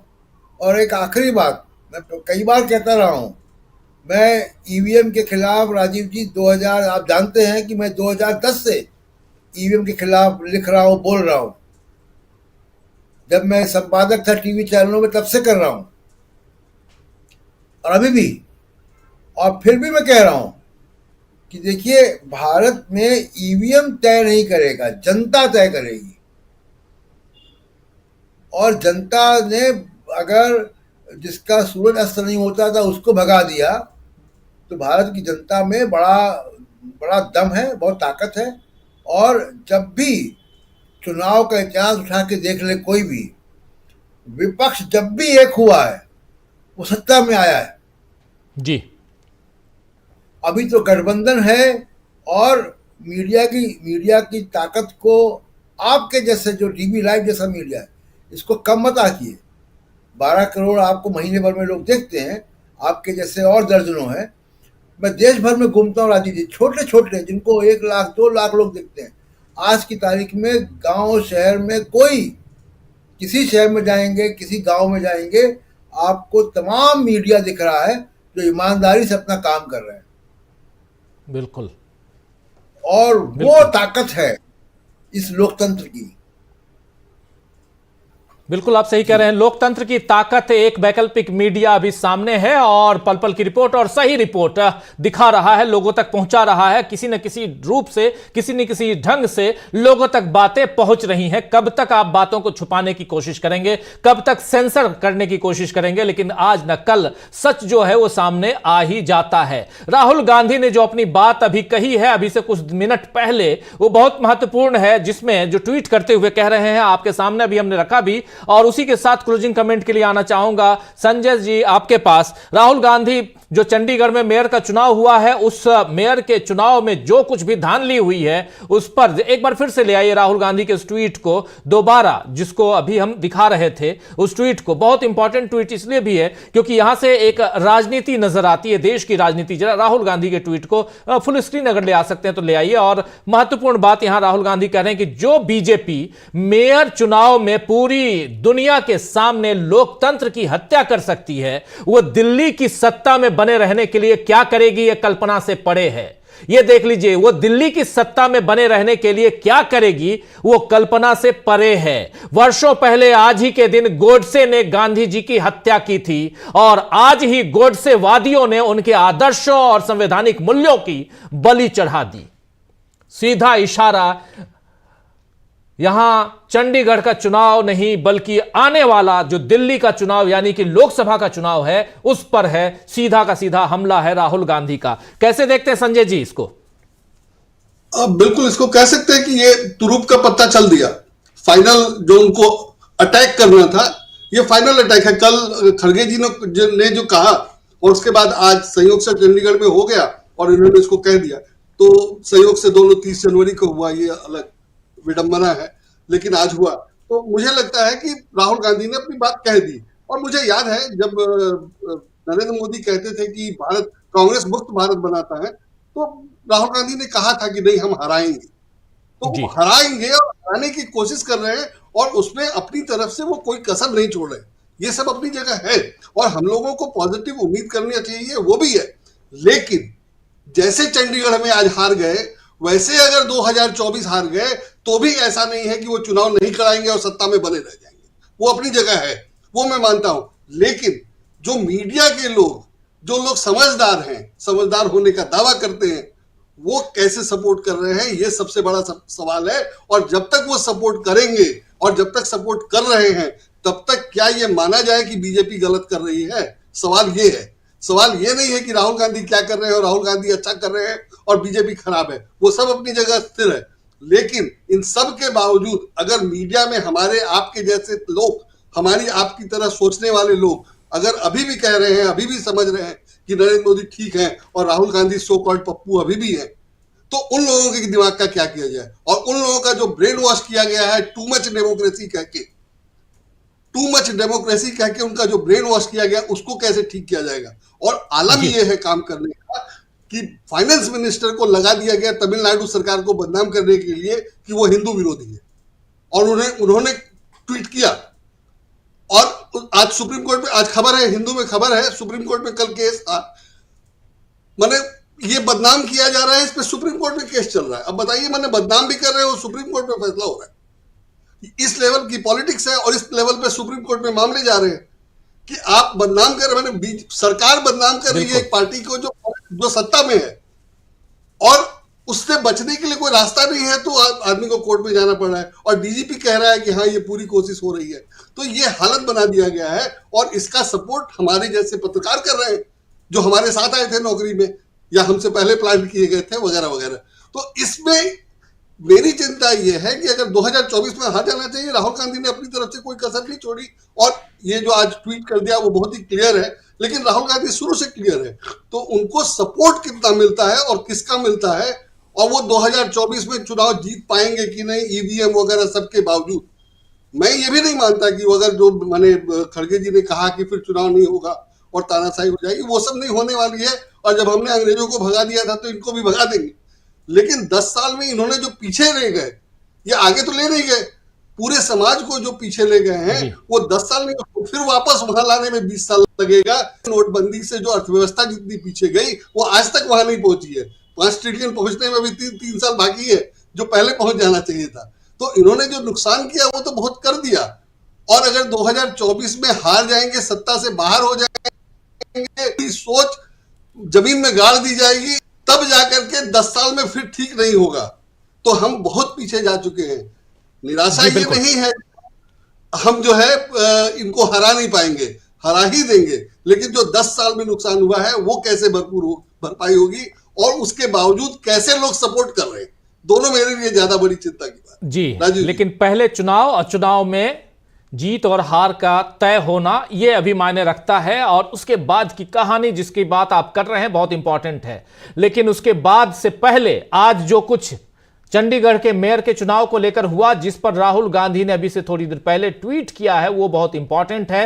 राहुल गांधी ने आज अपने लगभग कह सकते हैं कि सारे पत्ते, एक तरफ सावरकर की बात करते रहे राहुल गांधी कि मैं सावरकर नहीं हूं जो माफी मांगूंगा, और दूसरी तरफ आज कह रहे हैं इन गोडसेवादियों की बात। आज कह रहे हैं राहुल गांधी गोडसेवादियों का जिक्र करते हुए, और जैसा प्रशांत टंडन जी कह रहे थे, क्या अब नीतीश कुमार उसी लाइन में खड़े नहीं हो गए हैं जहां से गोडसेवादियों की लाइन लगती है, बनती है? क्या नीतीश बाबू अगर वहां हैं तो फिर बिहार की राजनीति, बिहार में रहकर जो राहुल गांधी कह रहे हैं लड़ाई तो फिर वही है ना, 120 सीटों की, 80 सीट उत्तर प्रदेश और 40 सीटें बिहार की। ये जो 120 सीटें हैं जिसका जिक्र कर रहे थे कल उत्तर प्रदेश के पूर्व मुख्यमंत्री केशव प्रसाद मौर्य कि ये सब हमारे हाथ में है, क्या वही लड़ाई है? और इस लड़ाई में क्या राहुल गांधी यहां बाजी मारते हुए दिखाई नहीं दे रहे हैं? या बाजी मारे ना मारे, लेकिन यहां मुसीबत में नीतीश कुमार और उनके सहयोगी बीजेपी, जो सहयोगी दलों में बीजेपी और बाकी, वो नहीं दिखाई देते हैं। इन सब पर भी चर्चा करेंगे आने वाले समय में। जब आंकड़ों के खेल की हम बात करेंगे तो क्या 39 सीटें, 40 में से 39 या 38 या 30 सीटें इस बार बीजेपी ले जाएगी? और जैसा अभी प्रशांत टंडन जी कह रहे थे कि कर्नाटक से अभी लौट के आ रहे हैं, कल ही वो लौट के आए हैं कर्नाटक से, बेंगलुरु से, और वहां कर्नाटक में जो उन्होंने देखा है उस हिसाब से साफ समझ में आ रहा है कि दक्षिण भारत के दरवाजे लगभग बंद हो चुके हैं बीजेपी के लिए, लेकिन उत्तर भारत के दरवाजे जो पिछली बार खुल गए थे पूरे के पूरे, अब कितना खोलोगे, क्या लेके जाओगे? 40 से 42 सीटें नहीं हो सकती, उत्तर प्रदेश की 80 से 85 सीटें नहीं हो सकती, और उधर वेस्ट बंगाल की 42 सीटों में से 45 सीटें नहीं हो सकती, और जो आई थी आपके पास 18 सीटें, वो 18 से 36 नहीं हो सकती। तो बहुत कुछ है, खेल अभी बाकी है, देखते रहिए, देखते जाइए धीरे धीरे होता है क्या। तो चर्चा को यही विराम देते हैं। बहुत बहुत शुक्रिया अदा करना चाहता हूं प्रोफेसर रविकांत जी, आपका बहुत बहुत शुक्रिया अदा करता हूं। संजय कुमार सिंह साहब क्लोजिंग कमेंट के लिए बहुत बहुत धन्यवाद। अनिल सिन्हा साहब, आपका बिहार की राजनीति को बहुत नजदीक से आप देखते हैं और बहुत सटीक टिप्पणी आप कर रहे थे। प्रशांत टंडन जी बहुत शुक्रिया आपका।